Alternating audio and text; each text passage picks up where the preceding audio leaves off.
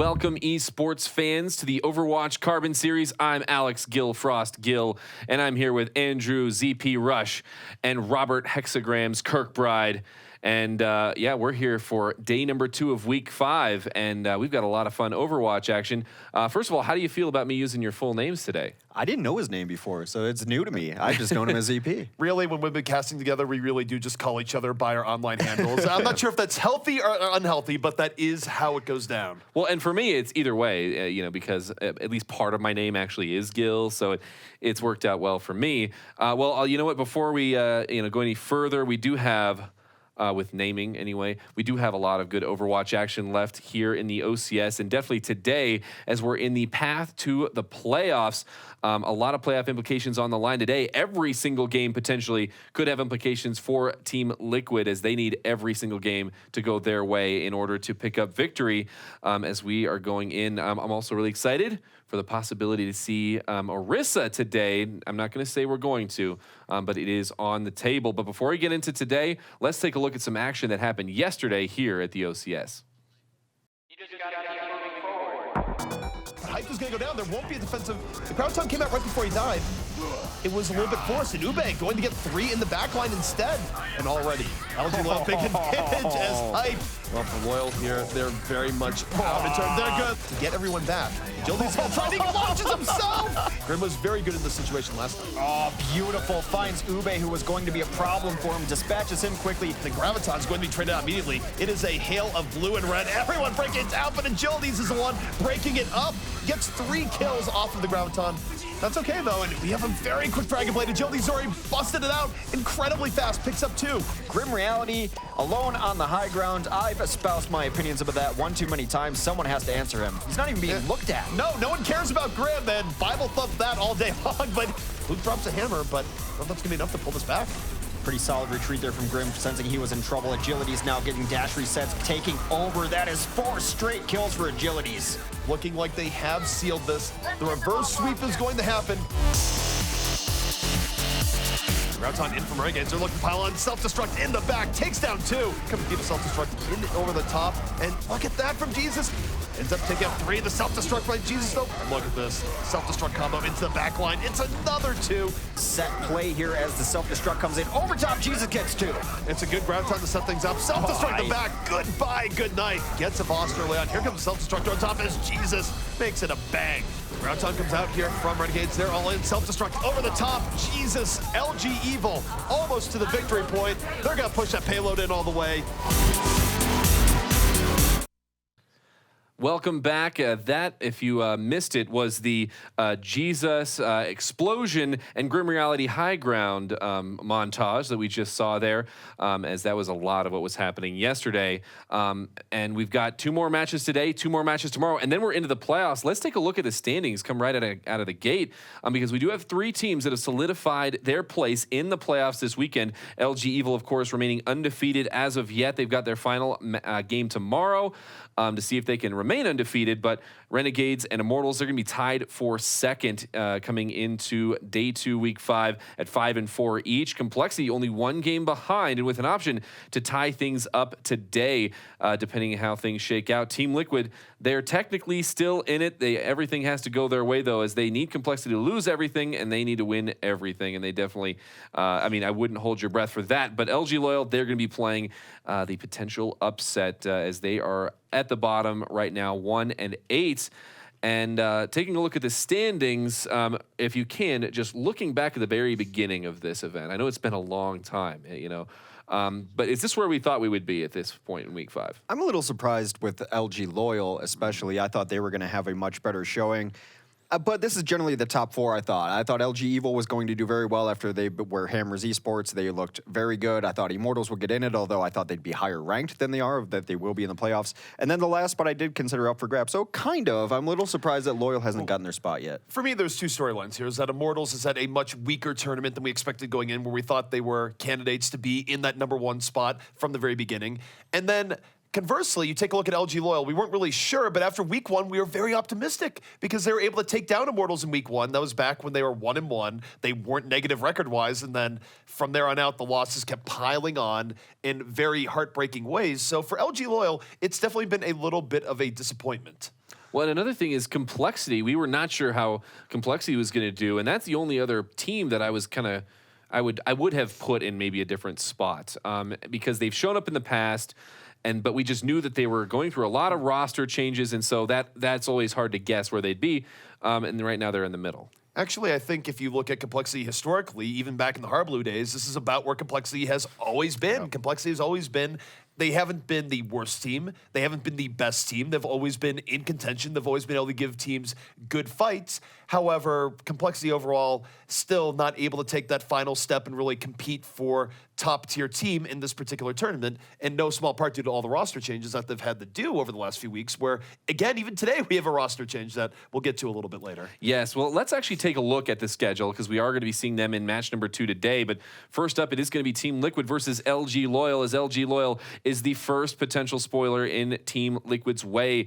But Team Liquid, they're going to be looking to pick up victory here in match number 1. Complexity will be facing off against Renegades, and that is the match where Complexity could tie things up, or Renegades could pull another rung up the ladder on top of the Complexity and Immortals middle of the pile up. And then tomorrow we've got Team Liquid versus LG Evil and Complexity versus Immortals. And as we had mentioned before, Complexity Immortals definitely going to be a match you don't want to miss. But let's focus on today's match. Let's go into the first matchup of the day of Team Liquid versus LG Loyal. This is going to be a repeat of course, of a match we saw earlier in the season. And how that went down is it did go to all 5 maps. The first map was Kings Row, and partially due anyway to some Ube hooks and 2-2-2 style team comp. LG Loyal was able to pick up victory. Anubis and Nepal went in favor of Team Liquid, and then Dorado went to LG Loyal, and then finally Hollywood went over to Team Liquid in Game 5. They were able to pick up victory. They went 3 DPS most of the time against the 2-2 of LG Loyal, 2-2-2 that is. I mean, how have things changed since then? What are we expecting out of these two teams?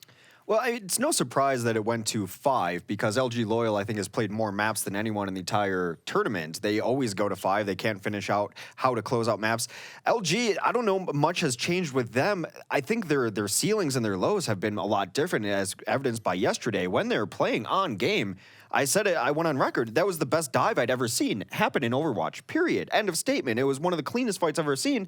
And then they start slowing down, and they slow down. And the check marks for them yesterday were, can they finish fights? They did. Can they finish maps? B+. Can they finish sets? No, they just haven't found a way to do it, and it's confusing. Well, the thing is that unrealized potential is much more frustrating to watch than a team that's clearly getting outclassed. If LG Loyal had simply lost 3 straight yesterday, I think we go there and go, look, they just have work to do. Yeah. That's fine. It was a good game by Immortals. The thing is that LG Loyal teased us by showing us some very great gameplay in the first 2 maps, and then they weren't able to finish it out. And from a fan perspective, from a spectator perspective, that's frustrating because you see the potential that this team has, but they have not been able to realize it here just yet. Yeah, it makes it so much more difficult to pinpoint the problems and more importantly, the solutions. Like, how do they find victory? It's like, well, they just play the way that they do 50% of the time, all the time, and they win, and it's really hard to go too much further than that. On the side of Team Liquid, it's another team that's been fairly inconsistent, right, maybe in some different ways, but how has that manifested itself throughout the course of the OCS? I mean, I just was listening to what you were saying and even internalizing myself what we just said about LG Loyal, but that's been Liquid's story the entire time, too. Liquid is a little bit different because they don't have the fall-offs dramatically inside of sets. It seems like they at least bring the same game throughout a set of 5 games or so, but it has been a question of, can they have everyone play at the level they need to play at? There's been so many times, so many maps where 4 people have really good games and 2 have mediocre to lesser games. The times where they win series is when everyone has been playing at their best, most notably the DPS players. Well, the other thing, too, is that Liquid has had roster changes as well, and also last-minute sub-ins where, of course, they started out with Louis, then they were down Rafa, and then finally it's been the last few weeks where they've had more of a solidified roster with Shatter in that DPS spot and Rafa now back with the team, doing shot calls, all the rest, no longer indisposed. So Liquid has definitely solidified a bit, and even the matches that they've lost, they've still looked pretty decent in. So I think Liquid would probably be in a much better shape if they had the roster they have right now back into week 1. I think they would be much closer in getting one of those playoff spots. So they still have that outside shot, but it's going to be difficult going forward. It is indeed. Let's take a look at that Liquid roster as it has undergone a few changes. The main one, of course, being Shatter 2K. And we've talked talked about Rafa not being on the roster and a few of the other roster changes, as you had mentioned. But when these players are all together, it seems like this could be something they could continue to work with. Shatter 2K has shown outstanding Genji play. He's been very flexible on a few other picks. But Team Liquid, they seem to have found their 3 DPS setup in AZK, Shatter, and ID. And then Messer, of course, we've have been very prolific in talking about his strengths as Reinhardt. Also seen him play very strong Winston as that main tank, and then Dehang and Rafa rounding that out. They've got so much on paper. So what ends up falling through the cracks when they are being inconsistent? Well, their inconsistency to me in a large part is on their 3rd DPS play, and I like him a lot as a person and as a player overall, but ID has been inconsistent. When he's on his Pharah especially, they can win games when he's running that Pharah. His other heroes haven't been quite at that level, and just across the board, he's been extremely inconsistent. He has great days and then days where he is just a guy, and at the highest level of Overwatch, you can't afford to have a roster spot to a guy playing like just a guy. Well, ID certainly has great moments when he's on off-tank roles, but I do agree that the demands of the 3rd DPS have been somewhat elusive for him to fill. And I do want to note one thing here before we get too far on and don't mention it going into this game, but one thing that I find very exciting going into this is that there's a chance here for one or both of these teams to become fan favorites here tonight, because if one team does take that gamble and tries to run Orisa tonight and make it work in their compositions, I think that even if it fails, people are going to be very entertained because they want to see how this new hero will potentially work out here tonight. Not in the same vein as the new hero, but I guess maybe this is my bias coming into it. I think both of these supports who play Ana would much prefer to play Zenyatta. And with the changes that we've seen with Ana's damage going down a little bit, Zen's spread and recovery time, especially on charge shots, I mean, Dehang hits charge shots like nuts. It's crazy to see. So both of these supports, and Hidan and Dehang, would prefer to play Zenyatta. We'll see if the patch kind of changes things up. We've been seeing more Zenyatta in dive comps anyway. I'm really excited to see that. And as far as dive and triple DPS comps, Team Liquid has really been favoring those. And I think that it largely works on the back of the player to watch actually coming out today. Someone who, if ID has been a little inconsistent, on for sure and then off sometimes, AZK has really been standing out this event, and especially on Tracer. He has been playing Tracer in circumstances where other teams are a little bit more flexible, and he has been able to carry a lot of games on that hero. So he is going to be our player to watch. What else are we expecting from AZK maybe coming out of this match? AZK can also run a very powerful McCree, so if you're going against LG Loyal, who likes to run the Genji and the Tracer on dive compositions, you can use McCree. Of course, you're a big fan of saying it can't be the McCree alone. He has to have help doing that, and you're absolutely right. But if they end up getting forced down by these Genjis and these Tracers, he can run a good anti-flanker McCree too. Well, the weird thing that we saw, at least against LG Loyal, is that LG Loyal yesterday was not making a priority of getting in onto the McCree. Right. So for AZK, maybe you look at that game tape and go, well, if they're not going to go in on Grim Reality, who everyone knows is a great McCree, maybe you can run McCree here and get away with it for a while until you get prioritized. Because really, you take a look at what was going on yesterday in that matchup versus Immortals, Grim Reality had a lot of space to work with, which you don't usually see. But if LG Loyal isn't going to prioritize the McCree, why not at least run that early on to see if it works? Yeah, and at this point, you've got to wonder, like, do you pull out all the stops for both of these teams? Well, I'm very curious to see how that pans out. But let's go ahead and reset ourselves a little bit. Let's talk about LG Loyal, taking a look at their roster, as they have also made some changes, more recent changes, in fact, as they're going to be having Flippy, of course, going to be playing that damage-dealing role. Alongside Ube and very often Spree. He's going to be the one that flexes into that. Most often playing Fair, and then, of course, we've seen him on 76 and a few others.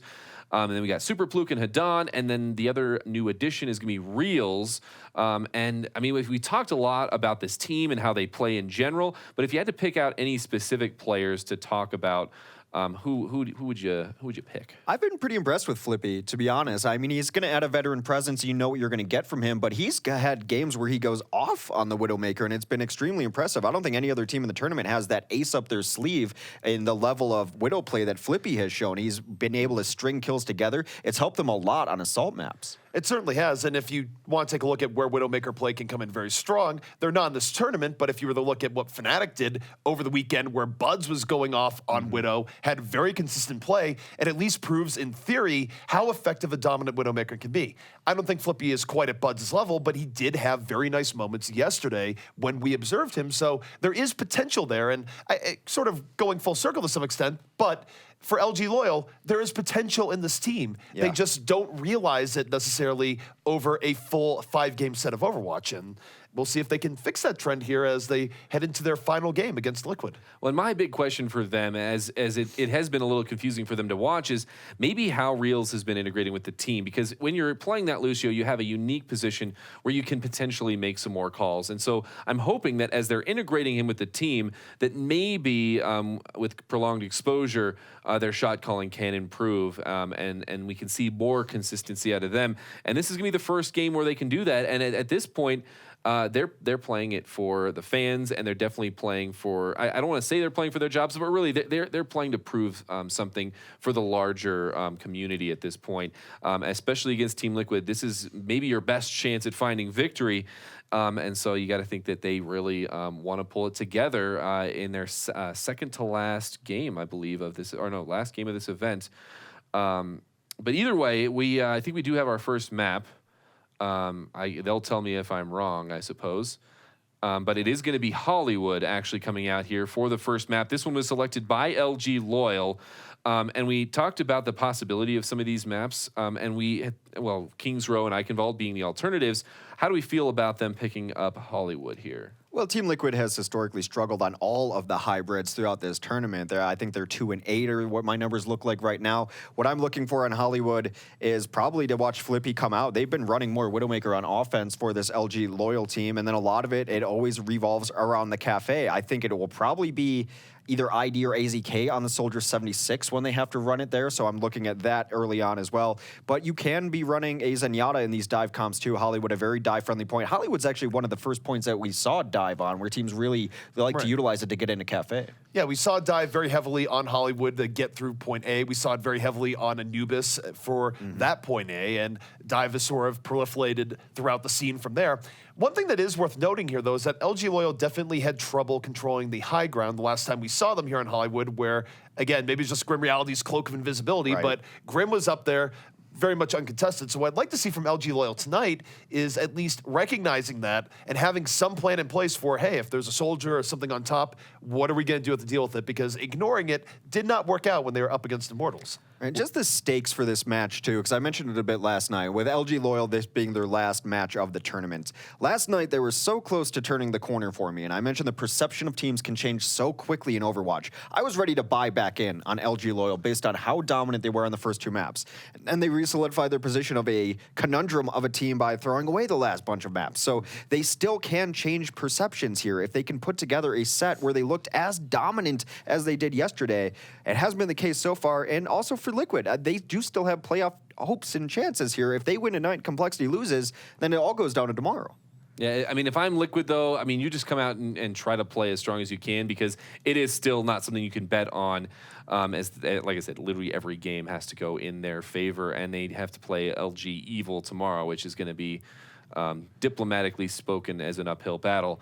But before we go into this first map, I do want to remind everyone that Blizzard, they've given us an amazing game that we can watch and cast and play, but they've also given us specifically some amazing swag to give away to you, our viewers. And so if you would like a shot at that and a shot to be shouted out on stream today, make sure you're on Twitter, following @GameCarbon and tweeting @GameCarbon with your favorite plays as they're happening with the hashtag OCSPlays for your shot at getting a nice backpack full of swag, along with your shot at being on stream. Once again, that's tweeting @GameCarbon with the hashtag OCSPlays. And with that, we're about to go into Hollywood. Any final thoughts before we dive into Overwatch? I did just want to add on to your promotional message there and let people know that having a baby Winston in your life is absolutely life-changing. I know that since Gil has been near and around he has been inseparable. It actually takes a front seat in his car when he drives home, so Definitely get in on that. It's going to be really difficult to let him go, as he will be adopted by one of you, our lovely fans. I'm just keeping him company while the tweets come in. Well, here we are on beautiful Hollywood Goldshire Studios. And they've got a couple different things coming down the pipeline. We'll never actually see these movies, probably. But I'm going to give it over to you, gentlemen, for some Overwatch. A lot of good stuff in those swag bags, too. There's scarves, which we could probably use today, a little bit overcast out, but we're in sunny Hollywood. There's hats that I can't wear anymore because I'm still of the age where I want to bend the brim on hats, which apparently is not a thing anymore. Apparently, brims are supposed to be as stiff and straight as humanly possible. Just like a nice little curve in my brims, but do with it what you will when you win your swag. It's not mine to criticize. I will silently judge you, though, as I do with all things. We might be seeing some Orisa here, but it might just be them messing with us. You'd think at one point we might see it tonight, but some pro teams are a little slow to adapt new heroes. I think LG Loyal is more likely to run it than Team Liquid would be here, because for LG Loyal, they have literally nothing to lose.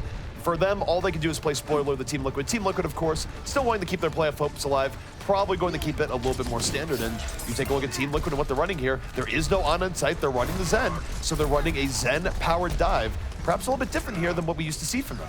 This is pure dive, and we did talk about some of the changes that happened to Ana and Zenyatta that might make Zen a little more popular in these compositions. So far, coming in over the top, trying to get damaged bloodless. Well, it's bloodless, but ID going into the cafe, looking for that first pick off his fair. In a great position here early on, looking for Ana, and Lucio picks off both. It's a double kill on the both supports as ID gets to town. No one enjoying their coffee right now. That cafe has been evicted. The cafe is closed. No more espresso this evening. Ube is going to come in just for some stall, but that will not last long as Shatter gets the better part of that engagement. That dive worked out really well. That splash damage rocket taking about both supports, and then he was just able to hammer in rockets in the backside of Fluke, who did not turn around. They will change up some things, though, going to a more dive-oriented defense as LG Loyal. You know, the real sad part is that they probably paid about $15 per latte just to get exploded in the face by a Pharah. So they got pain on multiple levels. It's there. all part of the experience. Personally, I can't enjoy coffee without ballistics being fired my way, but that is just me. They do have some pulse bombs up. That is going to be AZK looking for it. They need to prioritize high ground as the defense has already set up. Now giving up that high ground, getting aggressive, LG Loyal. Ube going into backline, looking for those support kills in the back, diving the Lucio, gets Rafa and to hang. And this has been a good game here so far for DPS heroes getting on the supports. And this time goes in favor of LG Loyal as they fully push Team Liquid back. There's the horn. That is a full team kill, not even having a chance to try to take this high ground. Very aggressive from Loyal, seeing an opening and taking it. They did burn their ults there on the way through, which means that Shatter on the swing back will have his own Dragon Blade, but they do have to find a way to get to high ground. I do like this from ID going on to the Diva. They're going to run double dive tanks. We'll see how Ube deals with this. Ube right now just looking in the back and takes down Rafa again. Ube, the support assassin right now on the Genji, and LG Loyal trading out very efficiently here. They do lose Spree pretty early on to Shatter, is doing the very same thing to the LG Loyal backline. And now he's a Dragon Blade here, Hex, where he can use to finish this off. And here comes the blade from Shatter. Gets one, picks up two. Shatter has 4 kills on this push here so far. Make it 5. Shatter doing the best to put a team on his back, and Ube looked decent there overall, only to be outdone by Shatter. They will get some free push on this cart now. Hedan will have Transcendence up, still a Pulse Bomb up for Flippy, and Reels another support ultimate in Sound Barrier as the defense is going to be loaded up here. ID will momentarily have a chance to get over the top with a Destruct, which we saw have great effect yesterday. Well, the dive is going in here. Ube and Flippy getting right to the back. Both supports for Liquid down again. And Shatter trying to pull it back, picks up 2. Liquid not out of this fight here just yet, but they certainly don't have sustained the stay in here for very long. ID gonna get knocked out of the mech, and yet they're holding somewhat firm. The problem is that the defense does have a bit of an advantage respawn-wise getting back into here, so I'd expect Liquid to pull back at least a little bit. But no, they're coming back in. We have Rafa back in the fight. They Sound Barrier, and they're gonna go in even harder here. We'll see if Ube can punish him in the back line as Spree pulls that attack visor. Spree takes down AZK, and Flippy able to take down a desuited Diva there. Rafa trying to bring it back. A very aggressive Lucio, as we've noted before, will show up in the kill feed more often than some others, but now he is all alone.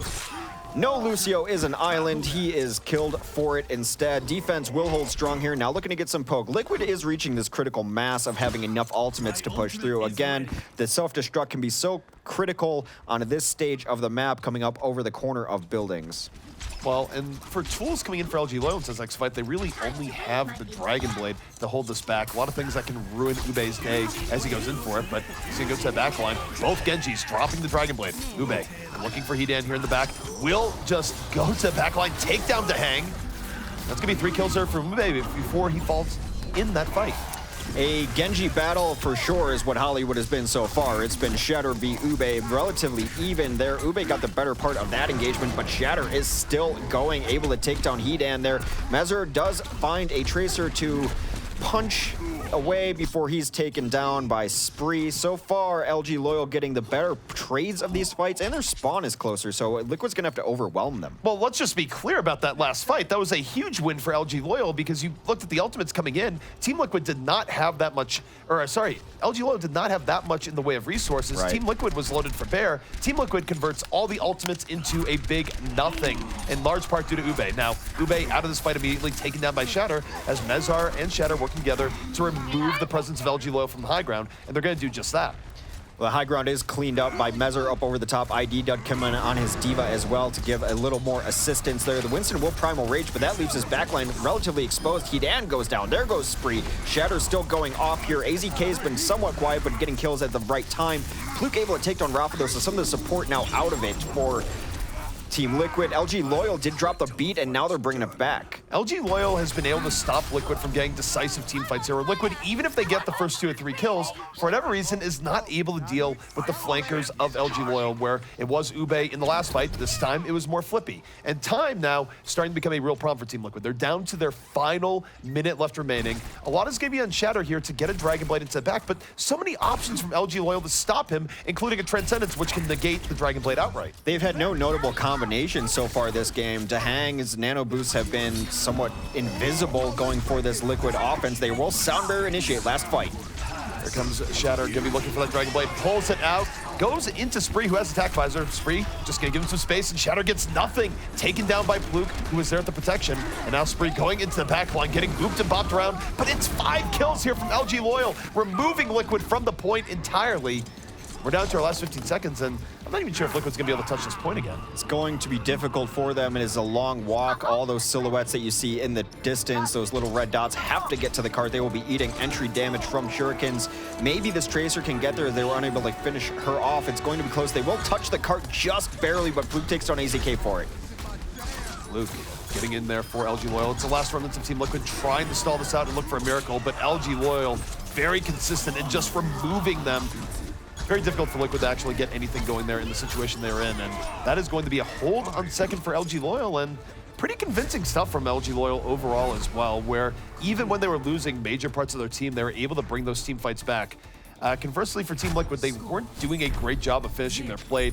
If you get fights where you have a 1 to 2 man advantage, you really do need to finish that out solidly. Let LG Loyal back in multiple times is somewhat of a failing here on Team Liquid's part. I absolutely agree. Just an unremarkable game pretty much across the board for Team Liquid, outside of Shatter, who had his moments, and then the very early stuff from ID, but not seeing the nano combos that we're used to seeing, not seeing just big plays from anyone outside of that. It looked like a flat effort from Team Liquid, to say the least, aside from that first dive, which worked out very well.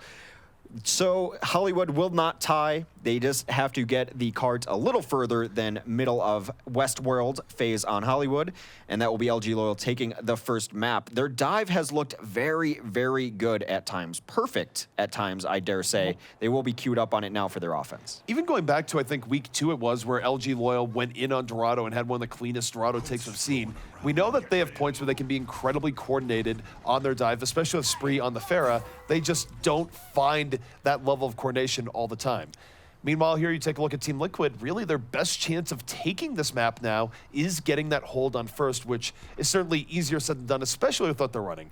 I would say if there's any factor that needs to be more of a factor here, it's probably AZK, where AZK, when Team Liquid has been doing well, has monstrous games. He was very quiet on the offense that they just had, so maybe it was just the way that LG Loyal was playing, but AZK is going to have to find a way to get a little bit more contribution going into this next round. A little bit interesting to see that Dahang had switched to Ana after first phase, and Hidan stayed on Zenyatta the entire game. He's going to be on Zenyatta still Ana for Dahang on the other side of things. A lot is going to come down to ID here, who's had mixed performances on hit scan, on Soldier specifically. Can he get the damage in and the kills they need from that cafe, or does he get dived on immediately? He is up there. They do see him taking damage. They look like they want to rotate around, maybe leave the Pharah back. This is something that Pharah brings to the dive, is a different angle. It does bring a different angle. I will say for Liquid, I think there's a lot of pressure here on ID to shut things down. They don't have a hook threat or anything like that, so they're going to have to earn their kills a little bit more severely here. Still, the fight is underway. Spree over the top, not focusing the sports like ID did. Instead, just suppressing anyone he sees on the point.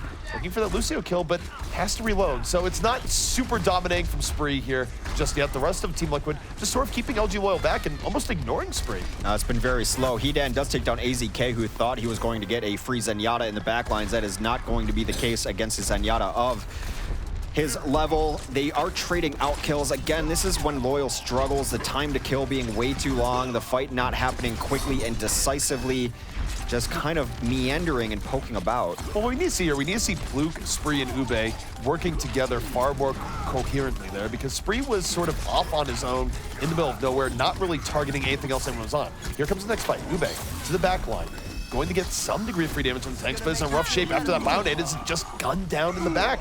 Ube got 0 health there, Hex. It was a little discoordinated. They had the Winston who jumped in and is on 2 front targets. Then Ube tried to get to the backline target, but they just simply flipped around and got him. A nice chase will take down Hidan late there as Reels also fell. So that's a full reset. Liquid going to be in position to hold this. Upcoming ultimate would be Ube's Dragon Blade Transcendence. They can work well together now that Zenyatta is Zoomyatta able to keep up with the Dragon Blade, but they're going to have to push into a Liquid team with most of their ultimates ready. Liquid is very well positioned right now in terms of their ultimate economy. They are going to have just about everything up here for the next fight. And we'll see what LG Loyal decides to burn here, but they very well could burn both the Transcendence and Dragon Blade, and they're going to do just that. Here comes Ube, moving into ID, going to be stymied by the Nano Boost early on, and Ube getting very little done here as ID punishes, takes Spree out of the sky, and that explosion from Shatter absolutely ending the fight before it even begins. A beautiful Earth Shatter from Mezzer late too, also knocking people down, able to clean up that fight. They did have to expend a few ultimates there, but will win that fight decisively. ID still has his up as well. Well, the problem there for LG Loyal is that they threw ultimates into more ultimates of Team Liquid, so both teams equalize out, but Team Liquid ends up fully on top. You can't ask for a better fight in this situation. Spree holding on to that barrage, going to find it difficult to get a whole lot done without a big distraction.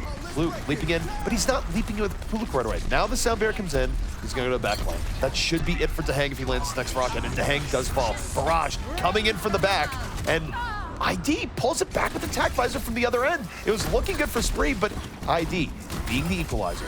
Still though, Flippy getting some of the cleanup here on set point, now firmly in LG Loyal's favor as Team Liquid down to just AZK trying to find any way of delaying, but pretty hard to do at this point. These uneven fights with a Zenyatta up can be very difficult to pull back because you're the only target up there, so of course you're going to be discorded. You're going against a full team. A good job of Stall so far to buy some time for his team to get back, but they are not going to be able to get through the cafe just yet. They are close. They do capture first point despite the late efforts of ID, who will give his life for it.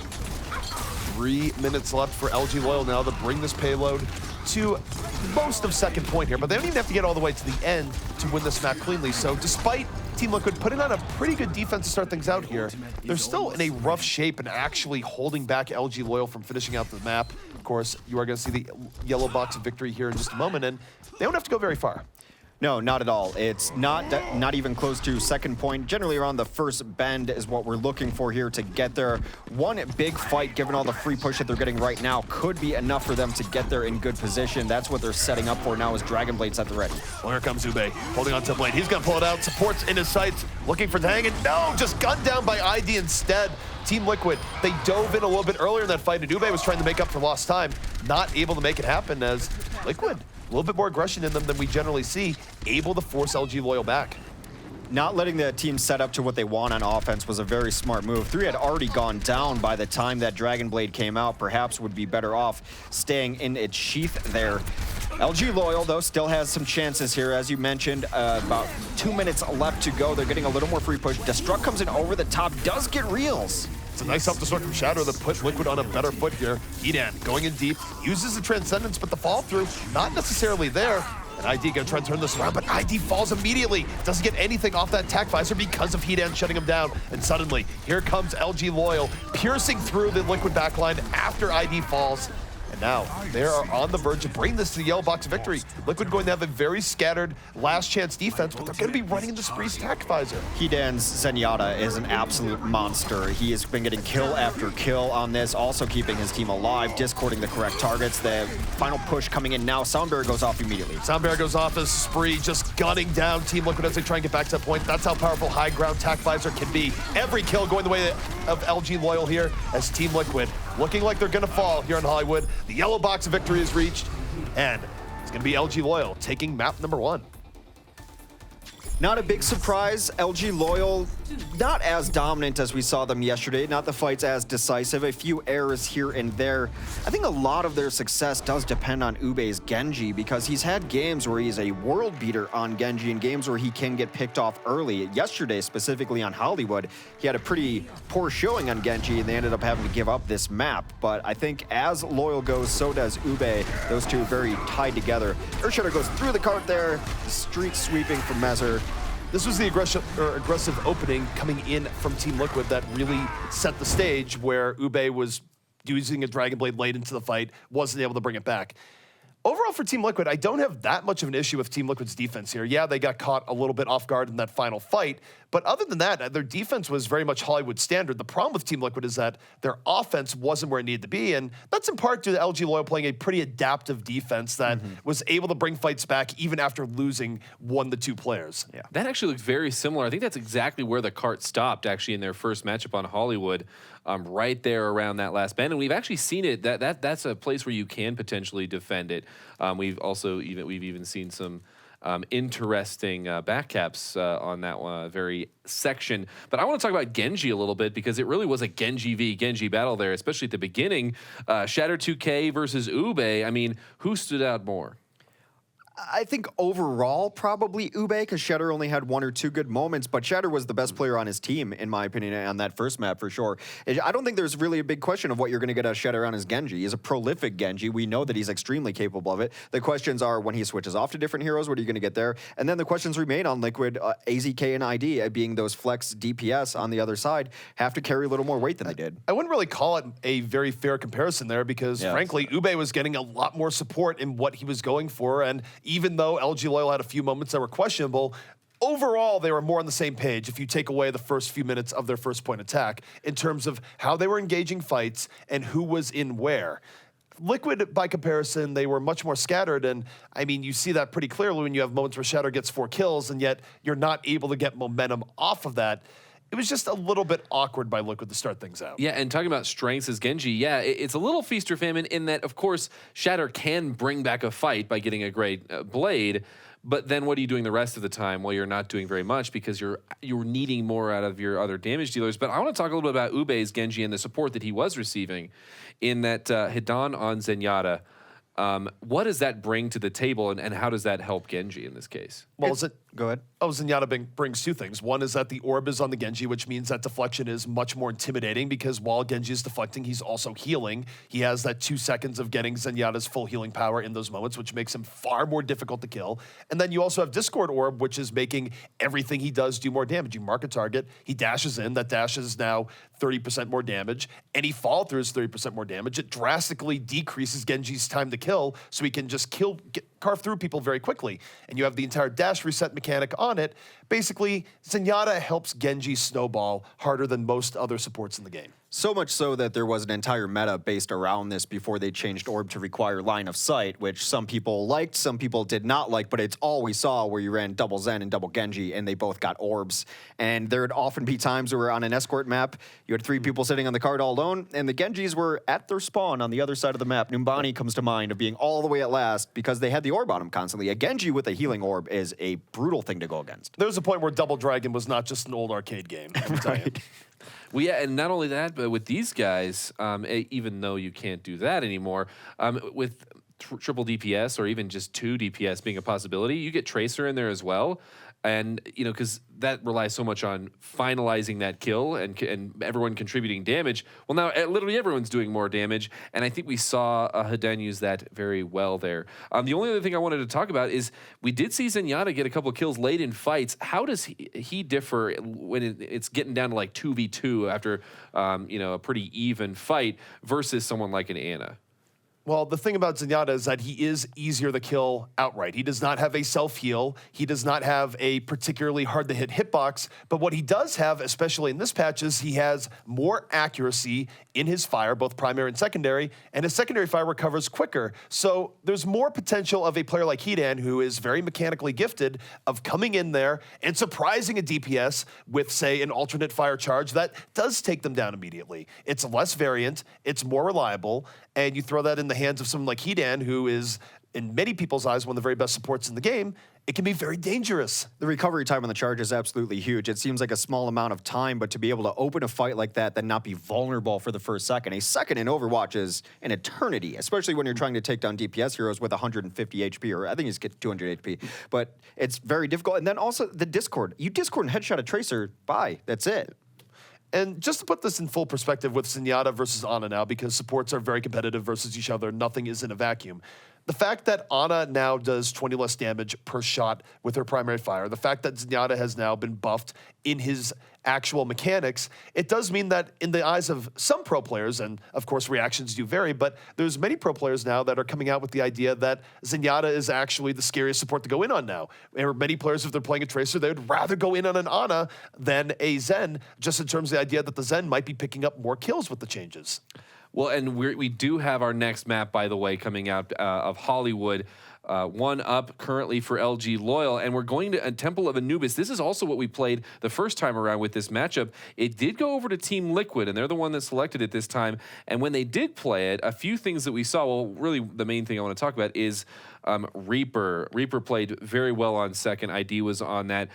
So why have we been seeing Reaper on that second point coming into Temple of Anubis? And is there any reason to believe we're not going to see it again today? I'm actually a little surprised other teams haven't been playing it as much, because Liquid has shown it is extremely viable. We talk about it every time. It's close quarters combat, and then it's staggered combat when you're trying to take that last point. You have to go through the Reaper to get to the point, not an ideal situation. You have to go through someone with 250 HP who can two-shot most heroes, and also the close quarters of Anubis last is just where it's at, because of those doorways, he can just hide it, and he can shut down a whole hallway by himself. The one hero I really want to see going into Temple of Anubis, of course, is Orisa. And maybe this is just a blank theory crafting. Maybe I'm completely off base, but you think about the mechanics of Temple of Anubis. You have a character that can take 50% less damage for a long period of time, throw out a lot of damage in turn, and of course her secondary fire that goes in and groups everyone up, which can enable things like bigger pulse bomb kills, bigger cleanup in general. I feel like if you were going to see Orisa played anywhere tonight, it would be here, and oh, please, don't toy with my heart here, Liquid. It's ID on it, though. I mean, he would be the flex tank. I was well, gonna say, that could be the best for ID, who likes going between DPS and tanks and has more of a tank preference in the idea of where he's really successful. So, I mean, maybe the best of both worlds. I hope this happens. Cross your fingers here, as we're all hoping to see a little Orisa, and both of these sides could potentially play it. If I had to guess, I wouldn't be surprised if Spree were to be able to pick that up, but they are going to be on defense first, so they're going to be posturing a little bit differently. The only other hero I'd like to see, I kind of want to see Flippy on Widow, but no matter which way you slice it, Team Liquid, they're looking to tie things up here on Temple of Anubis. We're going straight in now. Actually, Hex, thinking about it a little bit deeper, you know where Orisa could be very good here on Temple Anubis. You know how teams like staying on that first high ground? Yes. Right before the archway. You know what Orisa's secondary fire can do? A little yoink. It can pull you right off. Yeah, little You yoink. can pull 2-3 people off. Suddenly your team is split. Unfortunately, I don't think we're going to be that blessed. I love coming up with scenarios where Orisa would be good here. Unfortunately, it does look like ID's going to be running Widowmaker, where he has been very effective on it. It's not a bad choice. It's just not pandering to the fans right now, and boo on you, good sir. Boo indeed. I was saying boo earns. ID will be on the Widow. It's where they've been so successful on this map in particular, and I do agree with Gil that I think Flippy will be on the Widow, but that will be on offense particularly. Already holding the high ground here, trying to dissuade the Widow from going up their ID. Gonna have to settle for low ground, looking for a little bit of poke onto the back corner where they're setting up. They just completely bypass the D.Va, leaving ID all alone back here. Dangerous situation. Will get an orb eventually and healed up as they come back to help him out. That D.Va was very ready for ID to even make his attempt up there, but note how this is split up. The rest of Team Liquid is diving onto that point, so LG Loyal is already split between the archway and the point, and that can be dangerous here as Shatter gets to work. Has already picked up 2 in the backline. Ube fighting for his life here in this tiny corridor, 43 HP, and that's going to be it. Taken down by Shatter, so ID perhaps was the bait in the back as Shatter able to make the most of the split LG Loyal team. The series so far reminding me a bit of Korean Overwatch, where it is the Genjis going off, a Genji-centric compositions for both. It is Shatter. ID does get a couple kills late onto this Widow, so gonna stick with it for now, looking for a little bit of poke. Be interesting to see if he stays on it. Generally will not, especially with only 50% on the ult. I think the thing I love about Korean Overwatch right now is that more so than a lot of the other heroes they have, I mean, you can make a argument they have very good tank play, and in many cases they do, but the Ana and Genji play coming out of Apex from some of the Korean teams is just truly remarkable. It's great to watch. They make sleep darts look like second nature. The insane amount of darts that are hit. Anyway, we will see. We've got a couple of good Anas in this tournament here as well. Hidan is on the Ana on defense. Now Flippy has rotated over to the Mei, who can be so good at this last point, getting some free damage in on ID, who's coming in over the top. Already very low is ID. Hidan gets taken out. Hidan from the poke, the finish from Shatter, removing him from the equation here very early on. 5 versus 5 on the point. Liquid starting to swarm in. Shatter holds the Dragon Blade to clean this up. He's gonna go for it right now. Gets iced out here quite literally. Does find Ube towards the end though. 2 kills here from Shatter off the Dragon Blade, and Liquid still a threat here on the point. Gonna throw the self-destruct for a little bit of extra space. This Spree gonna fall down. ID stayed alive very early despite eating icicles on his way in, and now he's still alive. As he mentioned, took down Spree. Raffle will take down his counterpart. A boosted Ube comes out. Suddenly, Ube arrives looking to clean this out, has already taken down 2, and that's a very big deal here for the defense when you have respawns coming back in. It will stop this push here from Liquid, and Liquid even get a third there. It does appear like they did. I'm always hesitant here, always waiting for that moment where it starts retreating, but it is locked in place. They did get 1 tick there. ID will have Barrage up, so he's going to stay on the Pharah, at least for this life. They will give him some support as Shatter switches over to the D.Va, which can help out Pharah a lot. Transcend also up for Dahang as they try to make good on this next push to at least get a tick. They see him coming, though, on the right side. ID's got to eat less damage on the way in this time. Well, I think they're just going to go for Transcendence here and a Barrage. I got to expect Dahang to come in here. No, Dahang gets taken down immediately by Ube. There will be no Transcendence, and ID left all alone in that Barrage goes down. And actually, if they did the Transcendence, I think Ube would have been able to, or Flippy would have been able to wall it out. Very possible. The Blizzard will come off on the point, does not capture too many of these heroes, although Mez does find himself in a corner. There goes AZK. This push very likely going to be over as Shatter has to put on the afterburners to get out.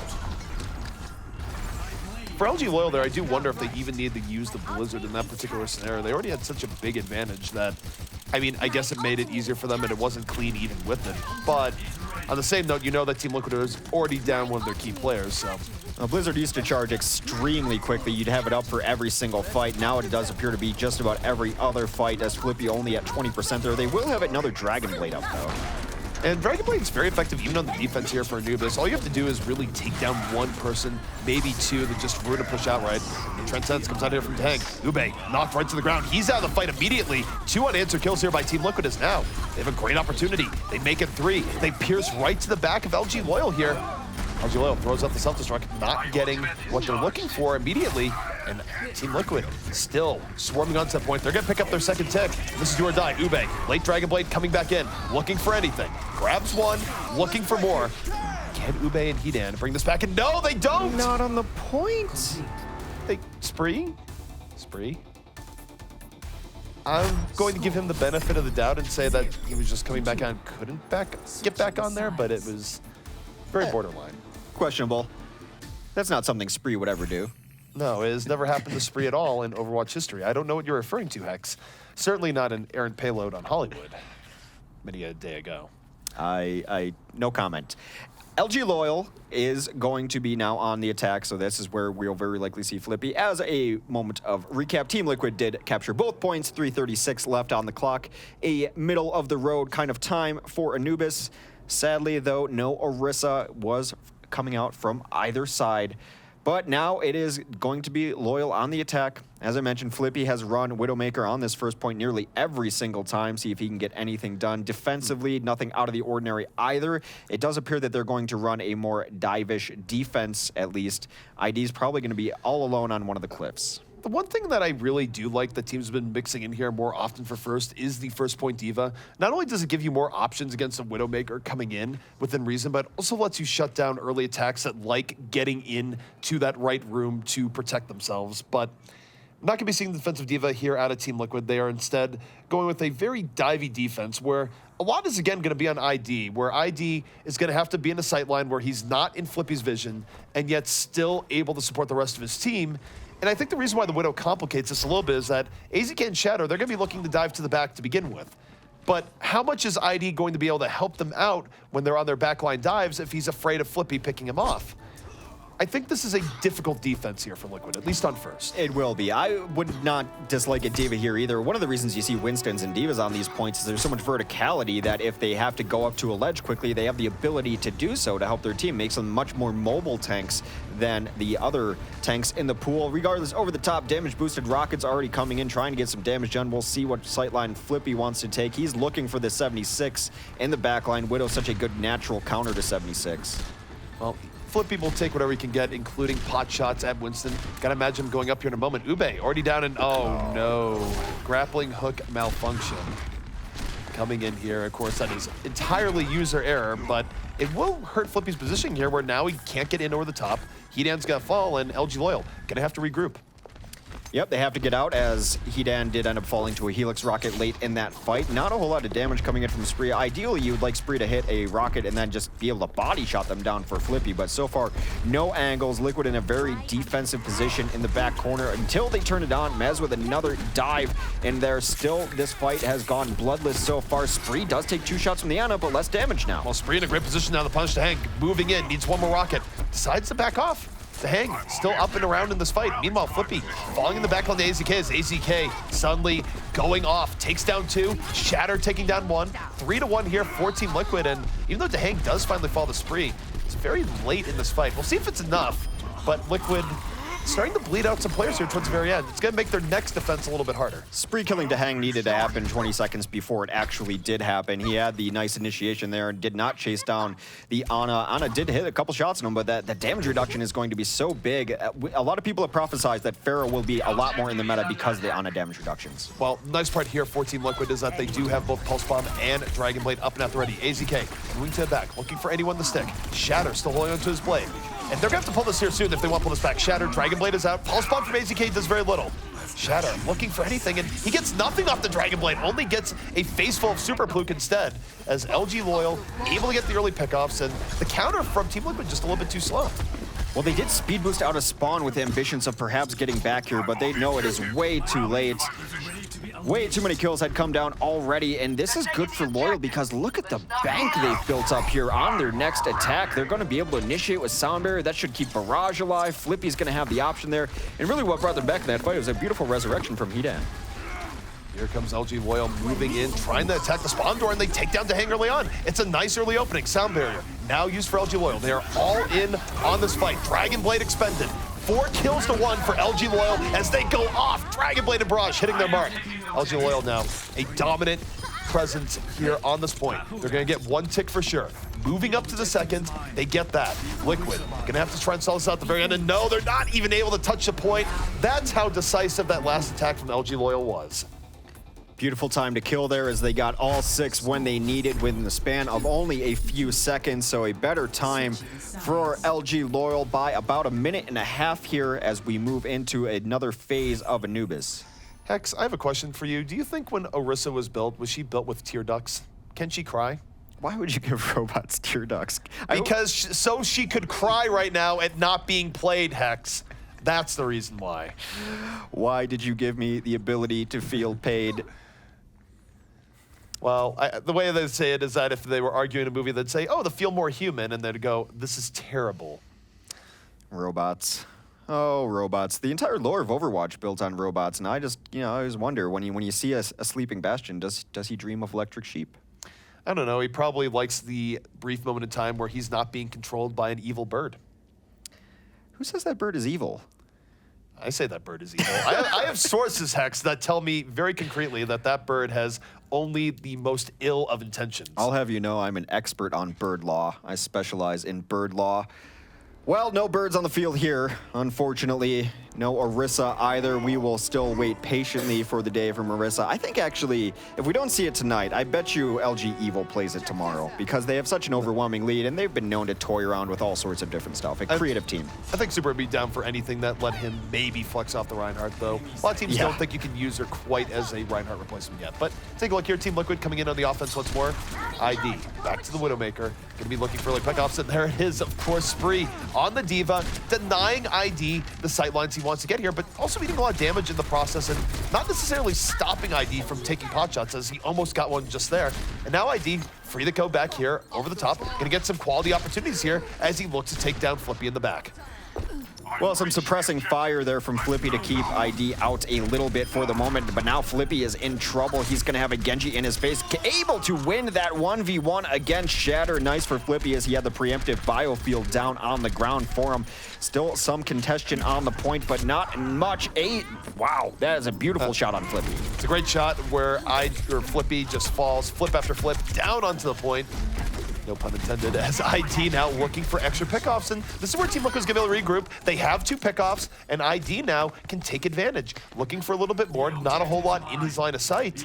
And the question is if LG Loyal is even going to contest this back in. I think they will, but it's going to be very messy for them and not necessarily the highest percentage. The razor's edge of Overwatch on display as ID was down to 2 HP a couple of times, looking for a giant grapple shot. Will not need it, though, as AZK has taken down 2 on the point. Already 6v3 in favor of Liquid. Make it 6v2. This should be first point taken.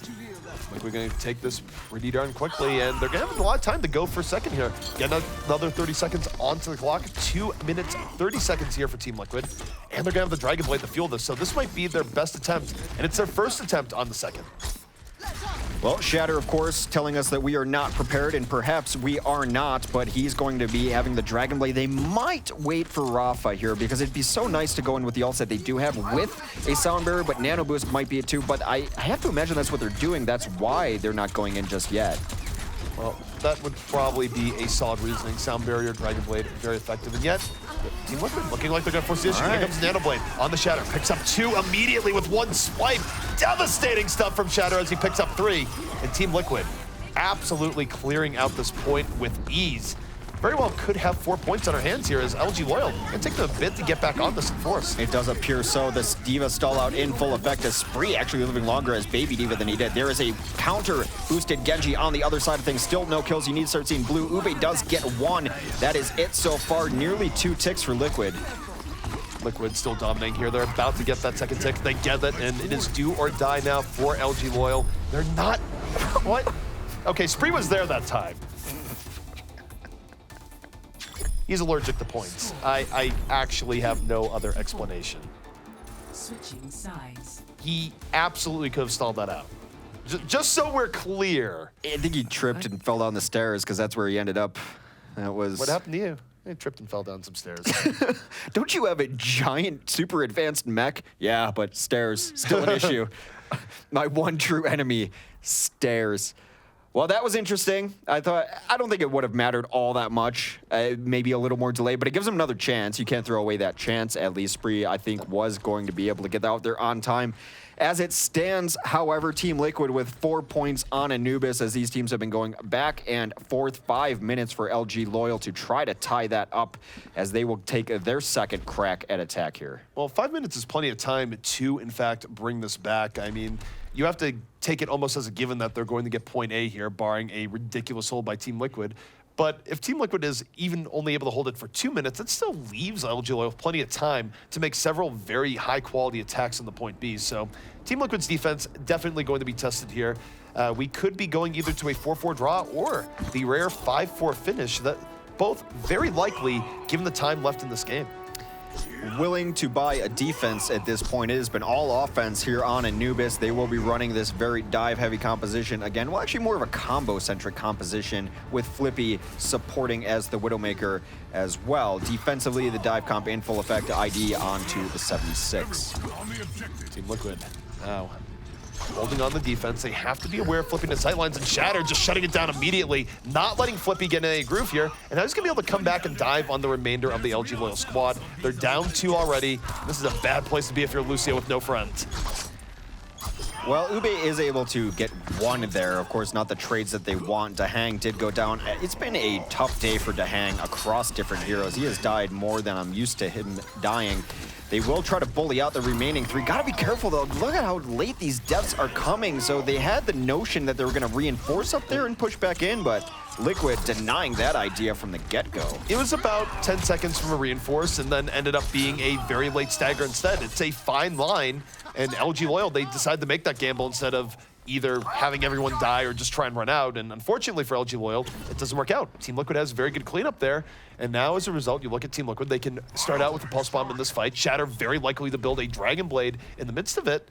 And you have the Tac Visor on deck for ID, so Team Liquid's in a great position here to drain off more time off this point A defense. Spree will very likely be coming up over the top here. This is an angle a lot of Pharaohs like to take to evict a 76 from that top perch. But on the other side of things is ID. He takes down Pluke on his dive early. Spree shoots a rocket into the ground. ID with 2 kills starting out this fight. Shatter piling on. Everyone from Team Liquid getting on the action.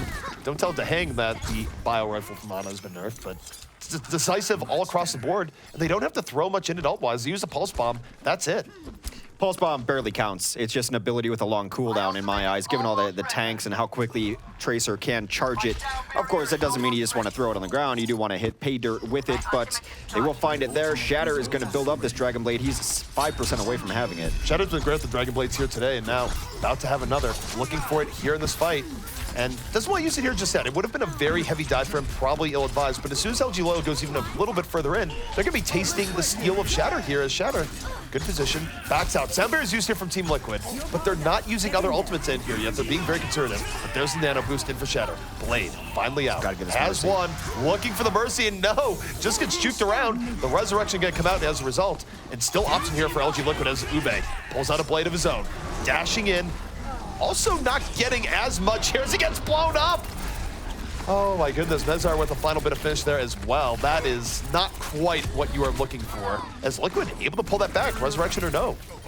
Loyal needs to reset right now. Resurrection can be game-changing, but it also can just bring you up in bad positions sometimes where the other team can set up around you. Of course, Mercy will live through those more often. Now, Rios is going to have a sound barrier to be able to push in. It's the only ultimate on the field. If they knew that, I think they would probably push in right now. Spree has stayed on this Pharaoh. I imagine this might be his last life, has not found the purchase with it that he's looking for, and it's been forcing Hedan to stay on this Mercy, which I think is holding them back a bit. Well, Ube gets popped immediately here. Mezar in the right position at the right time. Spree on the Dahang though, so 5 versus 5. Liquid gonna be without a whole lot of healing. Rafa falls, so they're healing completely out of it. It's gonna be up to AZK and Shadow during this pack. AZK falls now. Shatter and Mezar versus the world. Not super likely to go well, but we'll see what Shatter has up his sleeve as he at least will be able to buy a little bit of extra stall. Yeah, he is still buying out that stall, but that is 2 quick kills there. That should spell the end of this first point at the very least, as Spree was able to hold on to that barrage too. That is what they might try to push with here. Nothing else ready. Well, this barrage can be very good, especially if you get at people as they're coming in through that spawn door. I think that's what Spree was considering going in on, but the rest of LG Loyal not quite ready to dive in. Hedan getting close to another res as AZK falls early on. It's a nice pick from Spree. Still holding on to the barrage in reserve. In over the top. Justice raiding right into Diva's defensive matrix. Doesn't get the kill he's looking for. And Team Liquid looking to bring this back. Dragon Blade out from Shatter. Mopping up the remainder of LG Loyal here. At least 2 kills to start. Forcing them back. And this should be a hold here by Team Liquid. Dahang goes down yet again to Super Pluke. As I mentioned, it's been just a tough day to beat Dahang. They are still in here poking around, maybe have notions of getting... No, Ube wants to die, and they will not abide. Ube. This is usually reserved for divas. Now we've graduated to doing this to Robot Ninjas, but we do finally take down Ube, and that is quite a stagger coming in, where I think it's a little bit telegraphed. You just sit there not fighting. You should always be shooting things out at the very least. Don't make it obvious that you want death.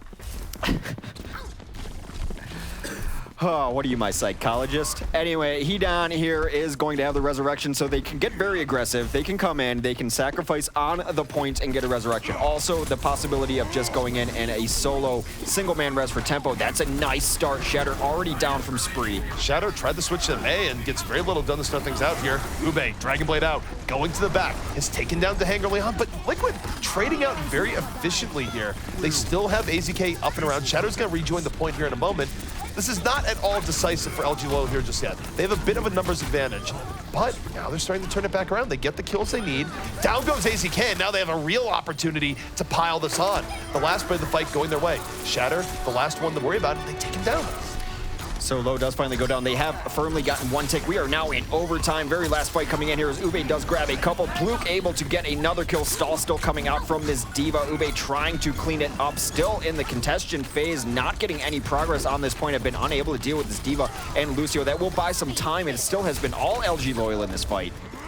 See a little bit of May action coming out here from Shatter. Again, just buying time with the Ice Wall, Ice Block combo. He's going to get a present there in the form of Pulse Bomb and Spree's Rockets. And yet, you look at Liquid, they've been doing a lot of delay here for just getting thoroughly trounced. Spree goes for the barrage into the top, trying to decisively end this.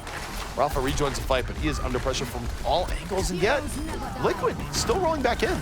Well, the nice resurrection there will keep them at full fighting force. Now they have 5 on the point. They will finally cap it out. So far, we are at 4-4. LG Loyal will not get another shot at this. Liquid with a minute on the clock. Little over a minute to take first point and the map.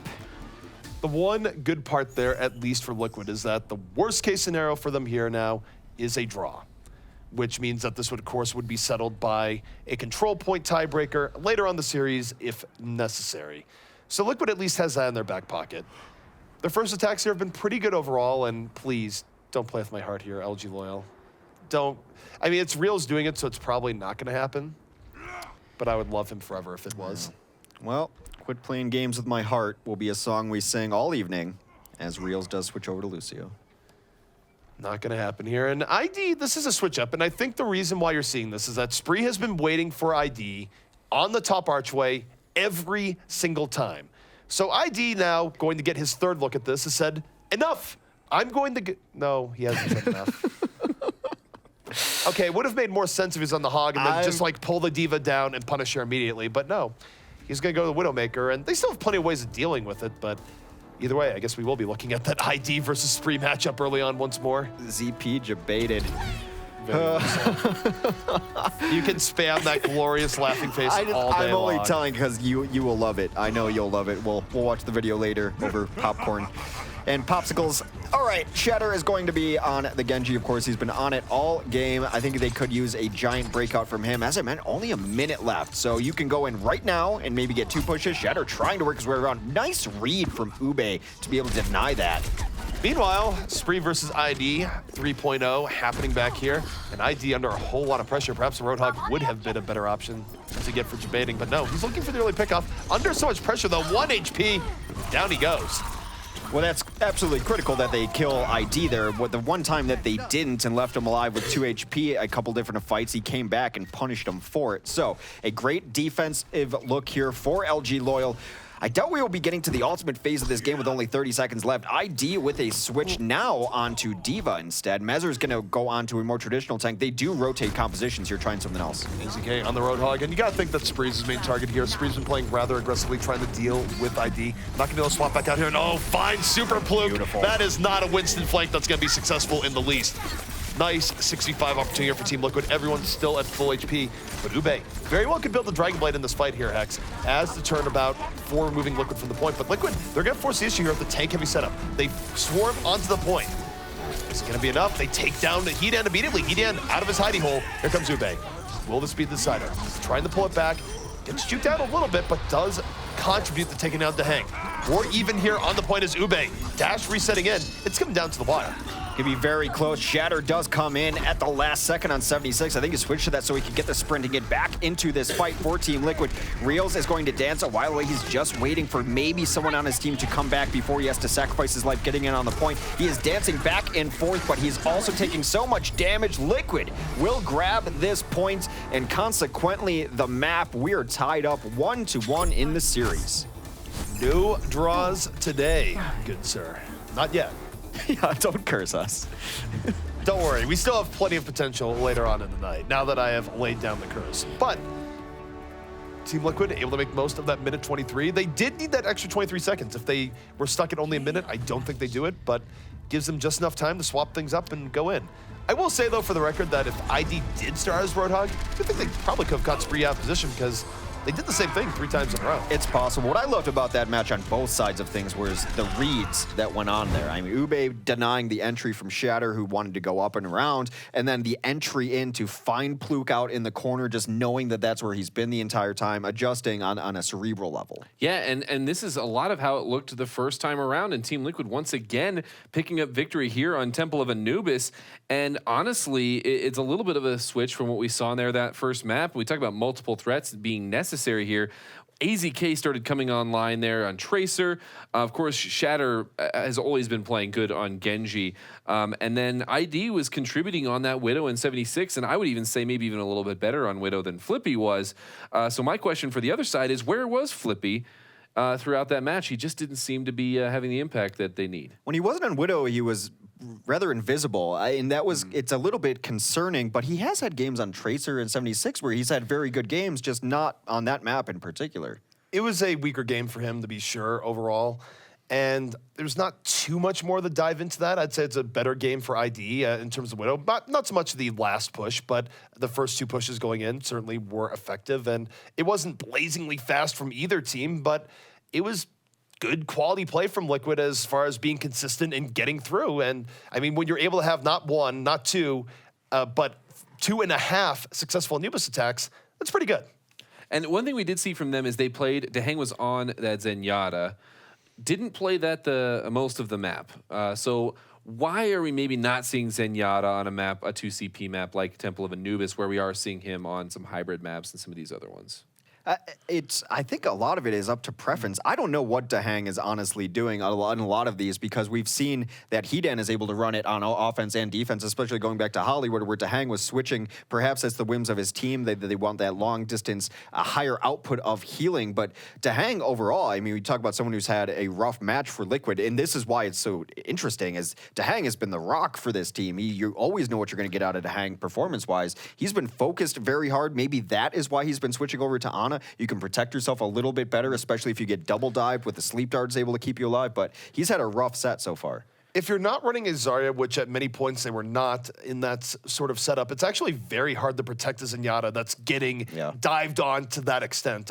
There's only so much a Zenyatta can do. Ana, of course, still has the ability to nade herself in those situations, go back and forth and scream for help, sometimes land a good sleep dart. Zenyatta's best mode of defense is just killing you when you dive in on him, but that's difficult if you have 2-3 people really going out of their way to isolate you and remove you from a fight. And also, the person diving onto Dehang was super Pluke for the most part. And Zen against Winston, you just don't have enough damage to kill him before you die. Ana, you can at least get a sleep dart on, you can run away, you can do some damage and keep yourself healed up. But I think that's it, because Winston v Zen 1v1, Winston wins that 95% of the time, whereas Zen can deal with flankers, you can't deal with Winston. It does depend, though, the level of support you're getting for your team, because the opposite end of that is that Winston also very much fears Zenyatta while he is alive, because if you have the rest of your team going out of their way to focus Winston as he leaps in and blow him up, well, let's just say Discord Orb and Gigantic Scientist do not mix.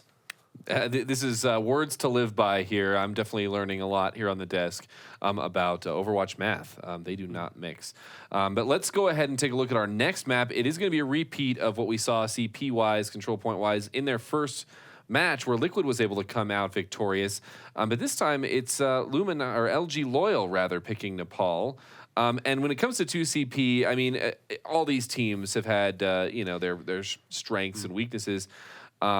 But we're coming into Nepal. Anything that we're expecting on here, or, you know, is it going to be what we've been seeing from Nepal the whole time? I could see a multitude of heroes being run here. I do expect to see Zenyatta, especially on the center stage there, where he's got a lot of room to move around, stay out of sight lines. Of course, Sanctum is always interesting. I think we will probably see one of the more interesting battles in my mind of Mezzer versus Pluke on that map. Of course, the stir battle always happens between Reinhardts. One thing that I find interesting right now in the map choice game, where we've seen it here in Carbon, and we saw it over the weekend with the Overwatch Monthly Melee, which used the same map pool as the Carbon series, is that I feel like teams aren't really going out of their way to find unique map picks to throw other teams here for a loop. I feel like teams, especially when you look at Control and Assault, they've just sort of settled into this idea of, well, we're just going to almost always pick Anubis because we just want to spend our scrim time on that, and we're going to spend most of our scrim time on Nepal.